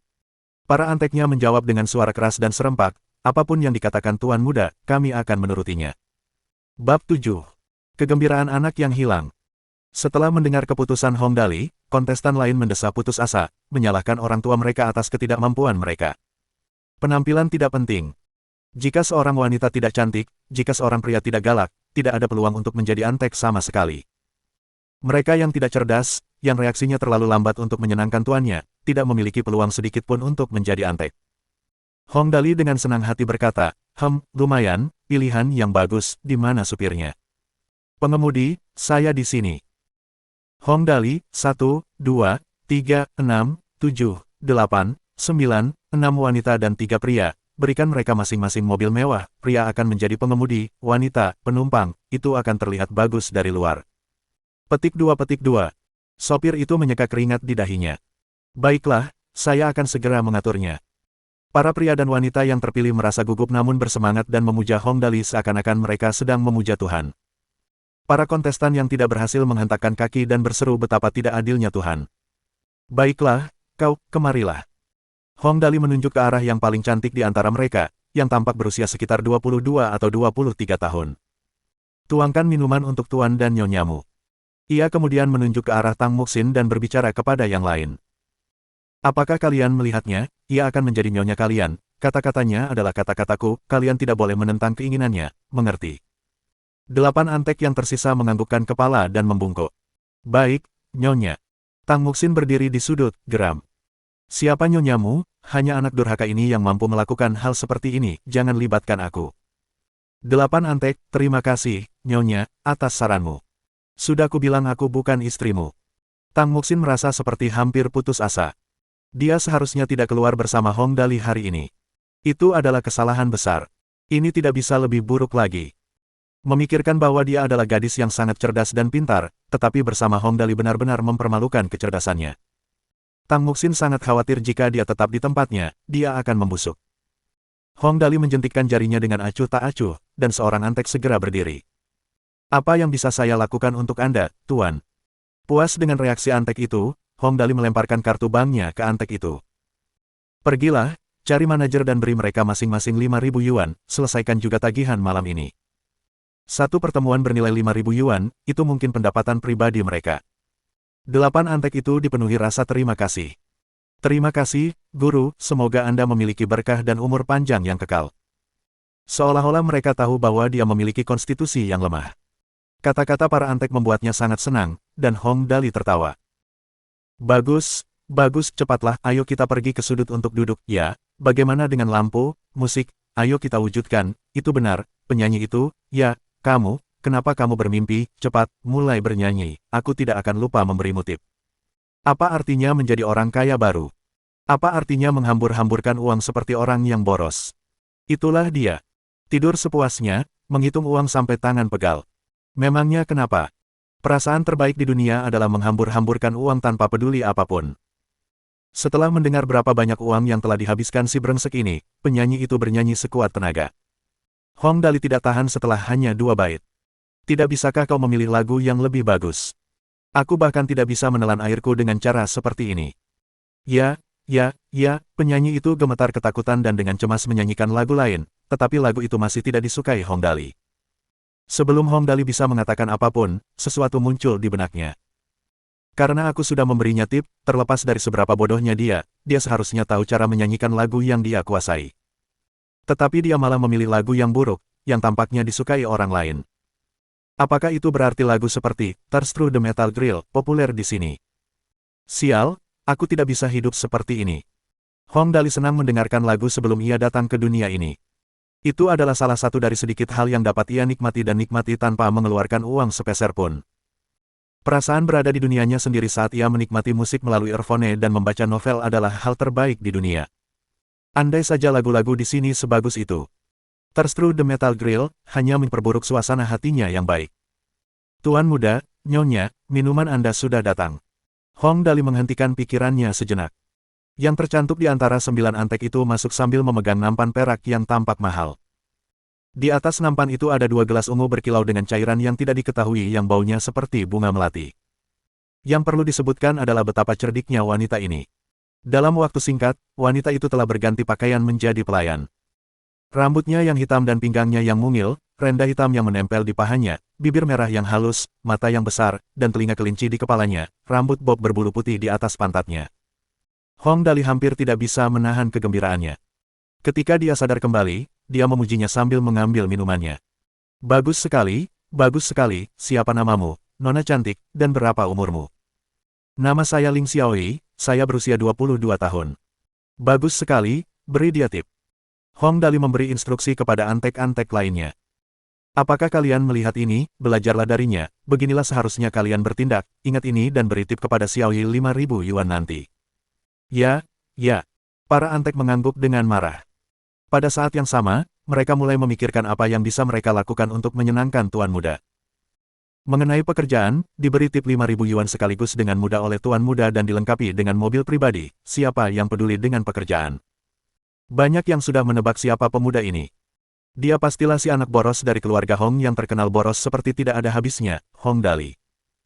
Benar saja, dengarkan saja para wanita itu terus-menerus berdengung. Hong Dali, dasar tukang boros. Tahukah kau nilai 5.000 yuan, siapa yang memberi tip 5.000 yuan kepada orang lain? Mengenai hal ini, Tang Muxin merasa dirugikan. Uang belanjaku sehari-hari biasanya hanya 500 yuan. Tanpa basa-basi lagi, Hong Dali berkata, para antek, apakah kalian tahu apa yang harus dilakukan sekarang? Para antek lainnya saling memandang, tidak tahu harus berbuat apa.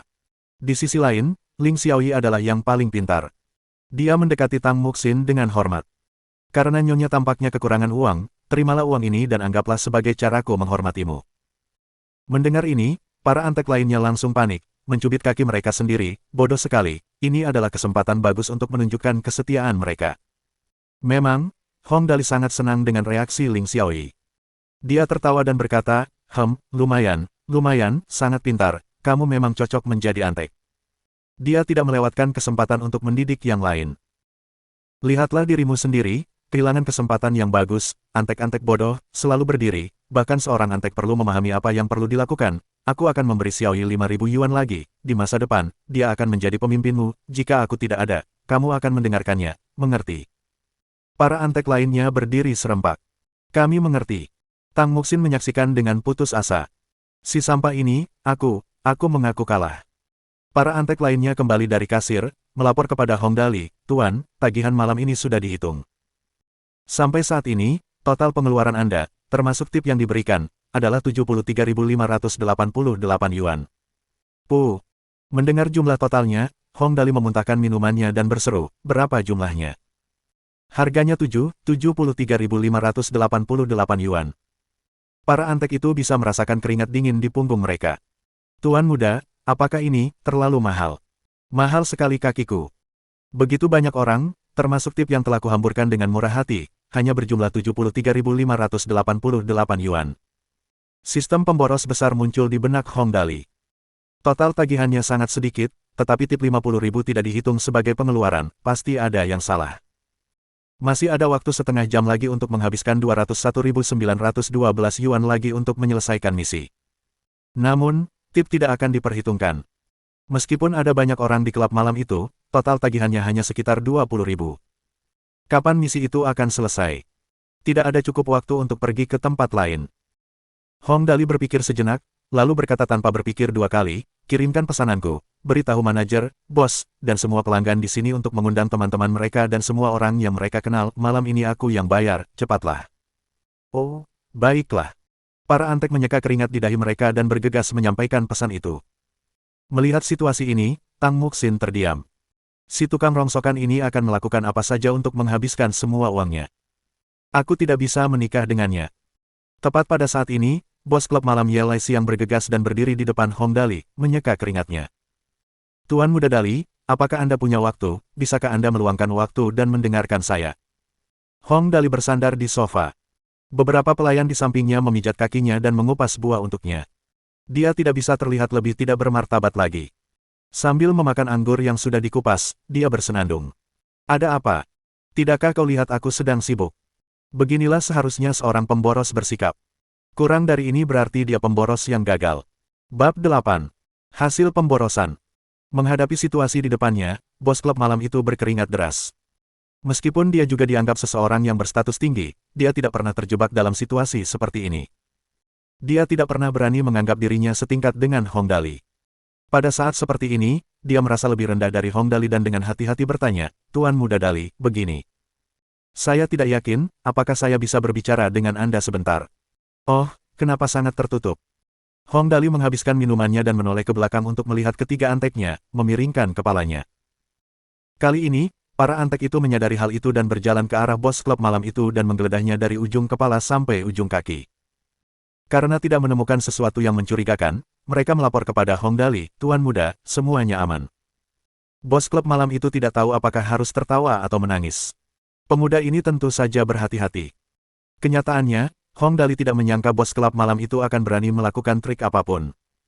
Hong Dali hanya ingin menunjukkan kepadanya siapa bosnya. Mengamati bos klub malam itu dan melihat tidak banyaknya pelanggan di klub malam itu, Hong Dali tahu bahwa bos itu pasti datang kepadanya karena suatu alasan. Tepat seperti yang dipikirkan Hong Dali, setelah semua orang meninggalkan tempat kejadian, hanya menyisakan Tang Muxin dan bos klub malam itu bertanya dengan hati-hati, Tuan Muda Dali, bisnis di klub malam kita sedang lesu karena manajemen yang tidak efisien, Tuan Muda Dali jarang mengunjungi kita, jadi saya hanya ingin memeriksa apakah Tuan Muda Dali punya niat untuk mengambil alih klub malam itu, jika ya, jika Tuan Muda Dali bermaksud mengadakan pesta atau menyelenggarakan acara apapun, akan lebih mudah. Oh, bos datang untuk menyuruhnya mengambil alih klub malam itu. Hong Dali berpikir, apakah dia begitu ingin menyingkirkan klub malam itu? Sepertinya mereka kehilangan banyak uang setiap bulan. Ini adalah kesempatan yang cukup bagus untuk memenuhi misiku sebagai anak yang boros. Meskipun ini yang terlintas di benaknya, dia bukan anak yang boros seperti sebelumnya. Dia adalah anak yang boros yang memiliki aspirasi. Hong Dali mempertimbangkan, tersenyum, dan kemudian menjawab, meskipun aku anak yang boros, tempatmu agak mahal, lihat interior dan bangunannya, aku mungkin tidak mampu membelinya. Bos klub malam itu menyeka keringatnya. Sebenarnya, tidak semahal itu, hanya 1,5 juta untuk seluruh gedung, termasuk dekorasi dan tempat parkir di depan gedung. Apa keputusanmu, Tuan Muda Dali? Hanya perlu membicarakan hal ini dengan Tuan Hong, ini adalah tempat yang menjanjikan. Hanya 1,5 juta. Hong Dali menyentuh dagunya sedikit.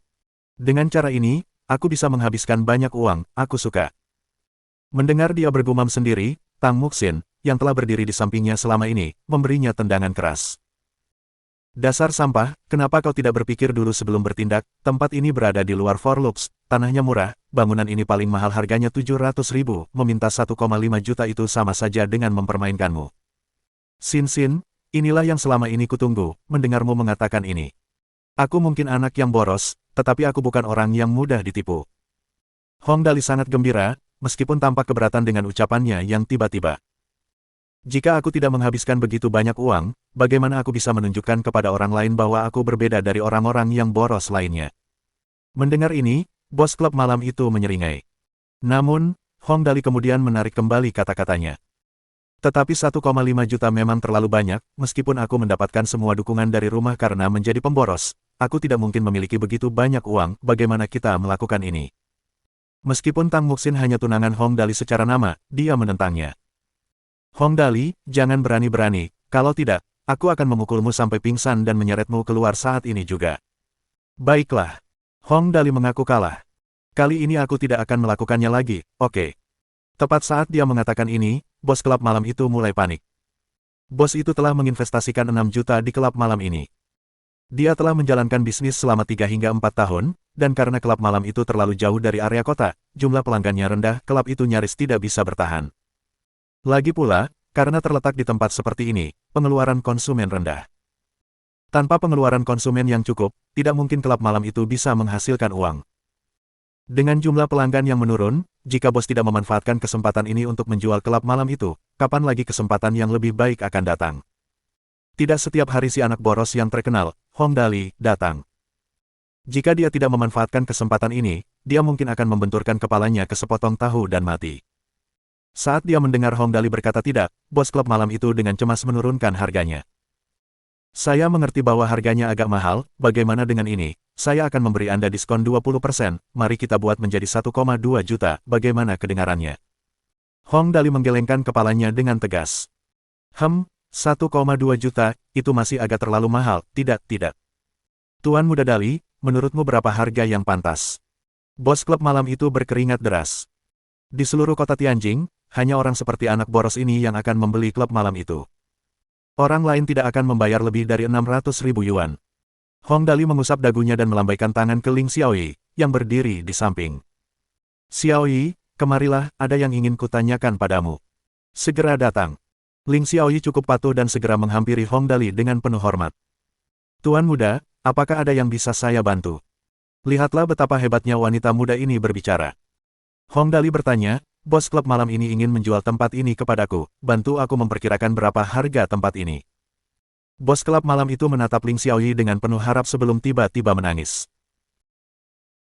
Ling Xiaoyi menjawab dengan nada datar, tempat ini berada di luar Forlux, harganya sekitar 1.000 yuan per meter persegi untuk rumah biasa dan sekitar 2.500 yuan untuk toko. Klub malam ini menempati lahan sekitar 6.000 meter persegi, dan bangunannya menempati sekitar 2.000 meter persegi. Dengan demikian, biaya pembangunannya sekitar 5 juta. Namun, hanya lantai satu klub malam yang menghasilkan uang, restoran dan penginapannya tidak terlalu berharga, bahkan jika termasuk tempat parkir mobil di luar dan dekorasi bagian depan toko, biayanya sekitar 6 juta. Pemilik klub malam itu sedang gelisah. Dia telah menginvestasikan tepat 6 juta yuan 3 tahun lalu. Sekarang setelah 3 tahun berlalu, tempat ini masih dievaluasi dengan harga 6 juta yuan. Bukankah ini berarti usahanya sia-sia? Itu belum semuanya. Apa yang dikatakan Ling Xiaoyi selanjutnya bahkan lebih kejam. Tuan muda, rumah-rumah di sekitar daerah ini semuanya milik rakyat jelata yang tidak punya daya beli, mereka yang punya daya beli tidak akan datang ke daerah ini. Jika terjadi kecelakaan, itu hanya cukup untuk membuat tempat ini tetap buka. Jika bisnisnya buruk, seharusnya ada kerugian rata-rata sekitar 4 hingga 5 ribu per bulan, itu tidak sepadan. Jika memang begitu, Hong Dali menatap bos klub malam itu dengan geli. Bos, ini memang tempat yang bagus untuk menghabiskan uang. Setelah menghabiskan begitu banyak tenaga dan uang untuk sebuah tempat dan mendengar orang lain menyebutnya sebagai tempat yang bagus untuk merugi, bos klub malam itu merasa bimbang. Dia hanya bisa menjawab dengan hati-hati, Tuan Muda Dali, tidak mungkin menjual tempat ini seharga 6 juta yuan, lihat saja lokasinya, tempat ini, ketika kota ini berkembang di masa depan, pasti akan bernilai lebih dari itu. Aku tidak perlu kau memberitahuku hal ini. Hong Dali menarik napas dalam-dalam. Yang aku minati adalah kemudahan menghambur-hamburkan uang di sini, itu saja, apakah tempat ini akan berkembang di masa depan, apa hubungannya denganku? Aku memiliki dukungan yang kuat, untuk dapat menyimpulkan transaksi ini tidak ada apa-apanya. Hong Dali tidak takut dengan keberatan siapapun. Petik 2. Pemilik klub malam itu terdiam. Dalam hal memanipulasi pikiran orang lain, Hong Dali tidak menghabiskan 2 tahun di sekolah psikologi dengan sia-sia. Dia menyeringai. Tetapi aku tidak akan menjadi diriku sendiri jika aku tidak menyia-nyiakannya, aku akan mengambil alih klub malam ini dan memberimu 2 juta yuan lagi, totalnya 8 juta yuan, aku akan mengambilnya jika kamu ingin menjualnya, memang akan lebih mudah bagiku untuk mengadakan pertemuan di masa mendatang. Perasaan pemborosan ini benar-benar tidak masuk akal. Hahaha. Dengan tambahan 2 juta yuan ini, poin atributku akan langsung naik. 8 juta yuan, itu berarti menghasilkan 2 juta yuan dalam jangka waktu 3 tahun. Itu bukan kesepakatan yang buruk. Bos klub malam itu segera setuju. Setuju, aku akan percaya pada kata-kata Tuan Muda Dali dan menjual klub malam ini kepadamu. Tang Muxin menggertakkan giginya karena marah. 8 juta yuan, hilang begitu saja, apa gunanya membeli tempat yang buruk seperti itu, dia membuatku sangat marah. Sangat tepat, aku suka. Hong Dali tertawa. Tapi aku punya satu syarat, karena aku sudah memberimu tambahan uang tip sebesar 2 juta yuan, bukankah seharusnya kau melakukan sesuatu untukku? Bagaimana kalau begini? Aku akan membayarmu 8 juta yuan dengan mencicil selama 2 tahun, jika kau setuju, kita akan menandatangani kontrak, jika tidak, kesepakatannya batal. Hong Dali punya motif untuk usulan ini. Pertama, membayar 4 juta yuan setahun berarti sekitar 350 ribu yuan sebulan. Itu seharusnya cukup untuk melunasinya dengan uangnya sendiri. Kedua, uang itu seharusnya harus dibelanjakan langsung dengan tangannya sendiri untuk mendapatkan poin atribut. Jika keluarganya membayarnya karena jumlahnya terlalu besar, itu mungkin tidak masuk hitungan. Tampaknya tidak mungkin dia bisa menandatangani tagihan besar agar keluarganya membayar dan mendapatkan semua poin atribut sekaligus. 2 tahun. Bos klub malam itu agak enggan. Namun, mengingat ini adalah harga terbaik yang bisa ditawarkan siapapun, dia mengatupkan giginya dan setuju. Oke, saya setuju, biarkan saya menyiapkan kontraknya sekarang. Tepat saat bos klub malam itu melangkah keluar, Tang Muxin dengan marah menendang Hong Dali. Dasar tukang ngadu, siapa yang melakukan hal-hal seperti itu, aku tidak tahan lagi, apa kau begitu marah sampai-sampai memberikan tambahan 2 juta yuan begitu saja. Hong Dali menarik Tang Muxin ke sampingnya dan mencium pipinya. Ayah, jangan marah begitu, tunggu saja dan lihat saja, menghambur-hamburkan uang juga merupakan keterampilan. Bab 9. Saudara yang tidak ramah. Pergi sana, apa-apaan ini? Tang Muxin bersikap lembut sebelum bertemu Hong Dali. Namun, dia segera menyadari bahwa darahnya mendidih setiap kali berbicara dengannya. Hong Dali sama sekali tidak mempermasalahkannya. Dia hanya menyia-nyiakannya. Yang terpenting sekarang adalah poin atribut yang diberikan oleh sistem. Uang bukanlah apa-apa. Apa yang bisa diperolehnya dengan menyia-nyiakan? Poin atribut yang tak terbatas. Poin kesehatan. Tanpa kesehatan, ia bisa mati kapan saja, bahkan jika ia hanya tersandung dan jatuh. Apa gunanya 10 miliar, 100 miliar, atau 1 triliun? Kesehatan adalah modal untuk menyia-nyiakan. Seorang aktor pernah berkata, hal terburuk adalah mati tanpa mengeluarkan uang. Tang Muxin berdiri di sudut sambil cemberut. Pikiran yang sama untuk menolak perjodohan ini terus terngiang di benaknya berulang kali. Di sisi lain, Hong Dali telah mengambil pena dan siap menandatangani kontrak, siap menyerahkan 400 ribu yuan kepada bos klub malam itu. Semuanya sudah beres. Tepat pada saat ini, 48 menit sebelum tengah malam, suara dingin dan mekanis bergema di benak Hong Dali. Misi pertama untuk tuan rumah, pemborosan pertama selesai, 1 poin atribut bonus, jumlah total yang terbuang, 298.088 yuan, 2 poin atribut dapat ditebus, apakah Anda ingin menebusnya? Ya, tentu saja. Hong Dali menambahkan ketiga poin atribut itu ke kesehatannya tanpa berpikir 2 kali. Secercah cahaya samar melintas, dan rasa sesak di dadanya mengendur. Rasanya seperti ia telah berendam dalam bak air hangat menyenangkan. Setelah beberapa saat, Hong Dali merasa lebih bersemangat. Wahahaha, sistem ini bagus. Mari kita terus menyia-nyiakannya. Pada saat yang sama, suara mekanis yang sama bergema lagi. Misi tuan rumah baru, habiskan 1 juta dalam seminggu, hadiah, 5 poin atribut bonus. Hong Dali telah membeli kelab malam itu. Ini adalah misi yang mudah baginya. Ia menyadari bahwa ia harus memikirkan ide yang bagus untuk mendapatkan sejumlah besar uang dari orang tuanya. Kerumunan mulai mengalir ke dalam kelab malam. Lagi pula, Hong Dali telah mengumumkan kepada para pelanggan bahwa ia akan membayar tagihan, dan mereka harus mengundang semua orang. Siapa yang akan melewatkan kesempatan bagus seperti itu? Berita itu menyebar seperti api yang membakar hutan. Ketika Hong Dali selesai menandatangani kontrak, seluruh klub malam itu ramai dengan orang-orang. Setidaknya ada 2 atau 3 ribu orang di antara kerumunan itu. Inilah pemandangan yang diinginkan, efek yang diinginkan. Hong Dali melangkah ke panggung bersama 9 anteknya dan meraih mikrofon, sambil berteriak, hadirin sekalian, mari kita tampil gila malam ini, semuanya ada padaku, teriakkan namaku. Kerumunan bersorak, Hong Dali, Hong Dali, Hong Dali. Hong Dali mengerutkan bibirnya dan meletakkan tangannya di belakang telinganya, menyiratkan ketidakpuasan. Hanya itu, orang macam apa aku ini? Katakan padaku, kamu terlalu lemah, aku tidak bisa mendengarmu. Penonton bersorak sekali lagi. Tuan muda, sangat boros. Kamu adalah matahari di alam semesta kita, cahaya yang menuntun kita melewati kegelapan. Hong Dali tersenyum lebar dan melambaikan tangannya.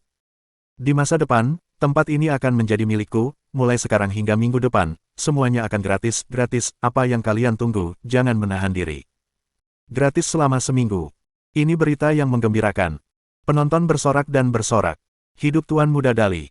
Tuan Muda, kami mencintaimu. Sekarang, Hong Dali merasa puas. Dia melambaikan tangan dengan arogan. Para antek, ayo kita ke atas untuk melihat-lihat. Tang Muxin menjaga jarak dari Hong Dali. Terlalu memalukan untuk terlihat bersama si tukang sampah ini. Tempat ini sekarang milik Hong Dali. Ia memutuskan untuk melihat-lihat. Tiba-tiba, sebuah suara aneh bergema.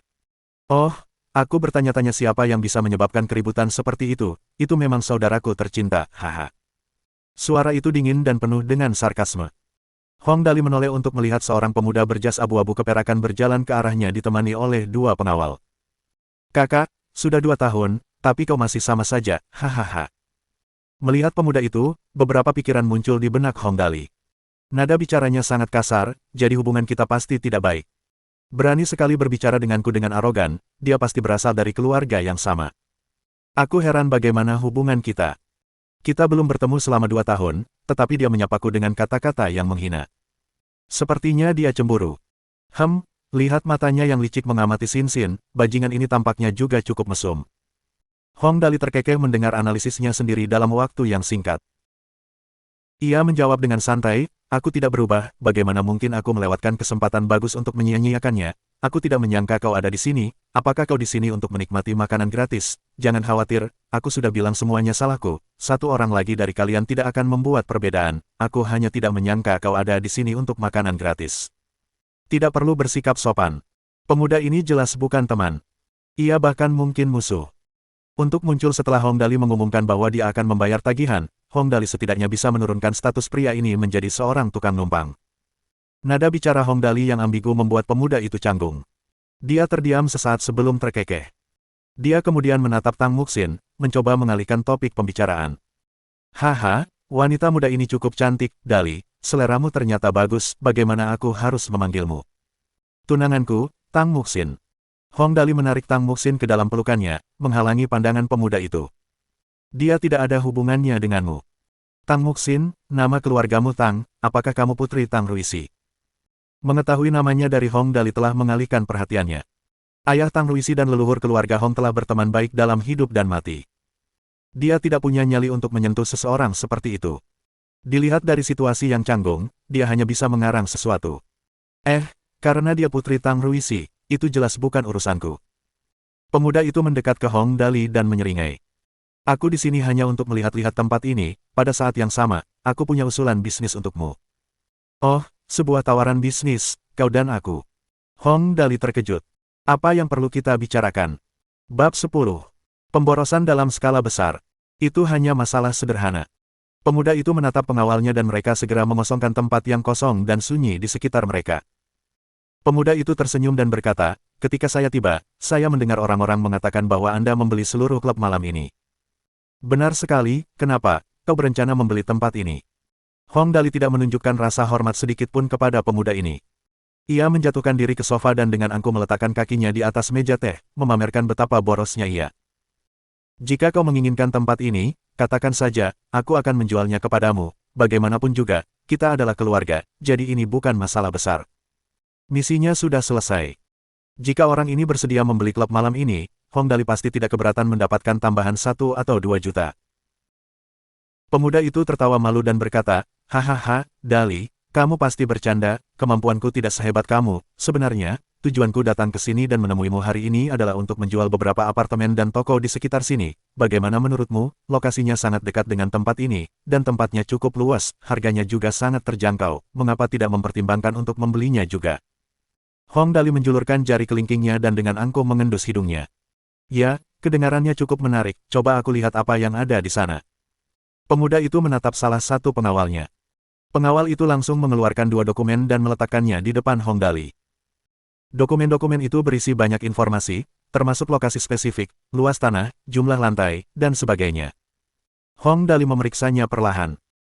Ya, 1 kafe internet dan aula biliar di sekitarnya, masing-masing seluas 400 meter persegi, 3 restoran individu dengan luas total 6.300 meter persegi, 2 wisma tamu dengan luas total 1.100 meter persegi, 48 apartemen hunian dengan luas total 5.200 meter persegi. Setelah memeriksa semuanya, Hong Dali dengan ringan menjentikkan dokumen di tangannya.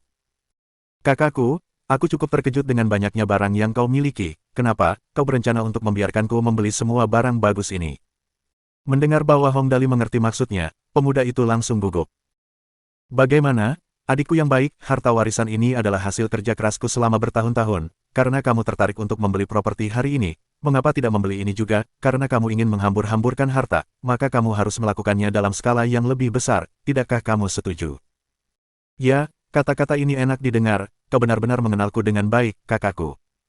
Hong Dali tertawa terbahak-bahak. Berikan harga dan biarkan aku mempertimbangkannya, jika harganya masuk akal, aku akan membeli semuanya, bagaimana menurutmu? Di sampingnya, Tang Muxin sama sekali tidak tahu apa yang dipikirkan Hong Dali. Pemuda ini jelas tidak punya niat baik. Mengapa Hong Dali masih mau bekerja sama dengannya? Selain itu, semua harta warisan itu jika ditotal akan menghabiskan biaya yang sangat besar. Namun, dia tidak bisa memahami perilaku boros Hong Dali saat ini, jadi dia pikir sebaiknya dia diam saja dan menunggu hasilnya. Meskipun orang tua Hong Dali sangat memanjakannya, tidak mungkin mereka akan mengeluarkan uang untuk Hong Dali dengan mudah.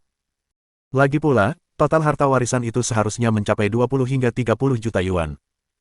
Memang, pemuda itu hanya ragu-ragu sejenak sebelum menyatakan harga idealnya. Total harganya 35 juta yuan, bagaimana, adikku, apakah kamu berencana membeli semuanya? Selama bertahun-tahun ini, kamu belum pernah menghambur-hamburkan uang dalam jumlah besar, bukan? Ya, ini lebih menarik. Aku suka. Hong Dali menyentuh dagunya, menghitung dalam hatinya. Harta warisan ini jelas tidak semahal ini di dunia ini, tetapi apa yang dia katakan itu benar. Jika aku membeli semuanya, apakah poin atributku tidak akan meningkat hingga batas maksimal? Tetapi masalahnya adalah bagaimana cara membeli semuanya dengan uangku sendiri. Jika uangku tidak cukup, apakah uang yang dibelanjakan melalui keluargaku masih akan dihitung sebagai nilai pemborosanku? Ini masalah yang sangat serius. Sebagai penutup, dia seharusnya tidak terlalu banyak berpikir. Meskipun Hong Dali menyia-nyiakan, dan juga ingin menyia-nyiakan, dia tidak mungkin berpura-pura menjadi orang yang mudah ditipu di depan orang ini, bukan? Sambil menjentikkan jarinya, Hong Dali tersenyum dan berkata, Xiaoyi, bantu aku menghitung berapa harga barang ini. Baiklah, Tuan Muda. Ling Xiaoyi mengambil dokumen itu dan menghitung satu persatu.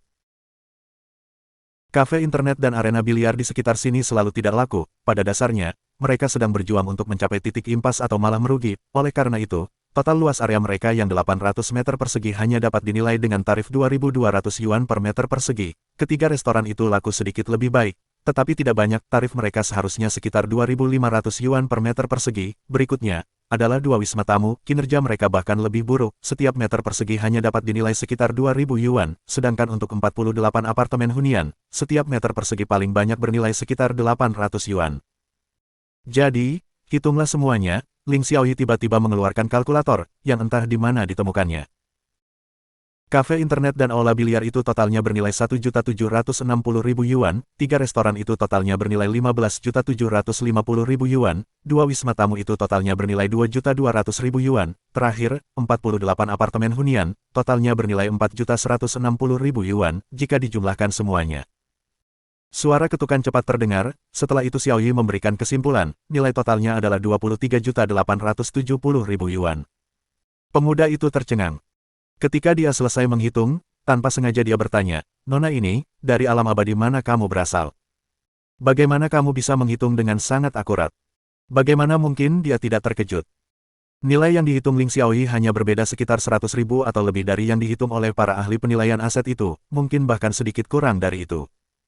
Saya dari Universitas Tianjing, dan saya belajar keuangan. Ling Xiaoyi tersenyum malu. Saya sekarang bekerja untuk Tuan Muda Dali. Itu sungguh tak terduga. Hong Dali tidak pernah menyangka akan seberuntung ini hari ini. Caranya yang boros justru membuatnya bertemu dengan orang yang berbakat seperti itu. Hong Dali tertawa terbahak-bahak. Xiaoyi, nilaimu sangat bagus, aku akan memberimu hadiah besar, aku akan memberimu tip 5.000 yuan lagi nanti. Ling Xiaoyi tersenyum dan berkata, terima kasih atas hadiahmu, Tuan Muda. Baiklah, kembali ke pokok permasalahan. Hong Dali menatap saudaranya yang tidak dikenalnya. Aku akan menawarimu 25 juta, bagaimana menurutmu tentang harga ini, kakakku? Meskipun pemuda itu tidak berhasil menipu Hong Dali agar menerima harga 35 juta yuan, 25 juta yuan masih dalam kisaran yang dapat diterimanya. Pemuda itu memikirkannya sejenak, lalu menggertakkan giginya dan berkata, baiklah, harga ini sudah cukup, Dali, haruskah kita menandatangani kontrak sekarang? Perkebunan di daerah ini tidak bernilai apapun baginya, namun akan sia-sia jika membuangnya begitu saja. Itu adalah beban baginya, tetapi tidak ada yang mau membelinya meskipun dia ingin menjualnya. Sekarang setelah Hong Dali yang boros ini berencana untuk membeli semuanya, tidak perlu mempertimbangkan lebih jauh. Sejujurnya, Hong Dali ingin langsung menandatangani kontrak sekarang, tetapi jumlah uang yang terlibat kali ini terlalu besar. Di dunia ini, 25 juta adalah angka yang sangat tinggi. Meskipun orang tuanya memanjakannya, dia tidak yakin bahwa dia dapat memutuskan masalah sebesar itu sendiri. Hong Dali memikirkannya dan tiba-tiba memanggil pengemudi. Pengemudi, apakah Anda membawa telepon? Hubungi villa, saya perlu meminta izin untuk menandatangani kontrak ini. Pengemudi itu buru-buru mengeluarkan ponselnya dan segera menelepon. Hong Dali mengambil ponselnya dan berkata, "Halo, ini." Sebelum dia sempat menyelesaikan kalimatnya, di seberang telepon, suara ibunya terdengar, "Ah, ini Dali, ada apa? Apa uangnya tidak cukup?" Hong Dali berpikir sejenak, mengernyitkan hidungnya, dan berkata, "Ya, itu tidak cukup, aku sudah melakukan 2 transaksi bisnis, kekurangannya cukup besar." "Oh, Dali, kita sudah tahu cara berbisnis," kata ibunya dengan heran. "Bisnis apa yang kamu lakukan? Cepat, beritahu aku." "Ya ampun, Dali, kita sudah benar-benar tumbuh dewasa kali ini, kamu bahkan tahu cara berbisnis sekarang." "Saya hanya membeli beberapa tanah." Hong Dali mengendus hidungnya. Totalnya, harganya sekitar 30 juta yuan. Setelah selesai berbicara, telepon di sisi lain jatuh ke lantai dengan suara bam. Setelah beberapa lama, suara ayahnya terdengar keras dari telepon. "Dasar bajingan, berapa nilai yang kau katakan tadi?" 30 juta yuan.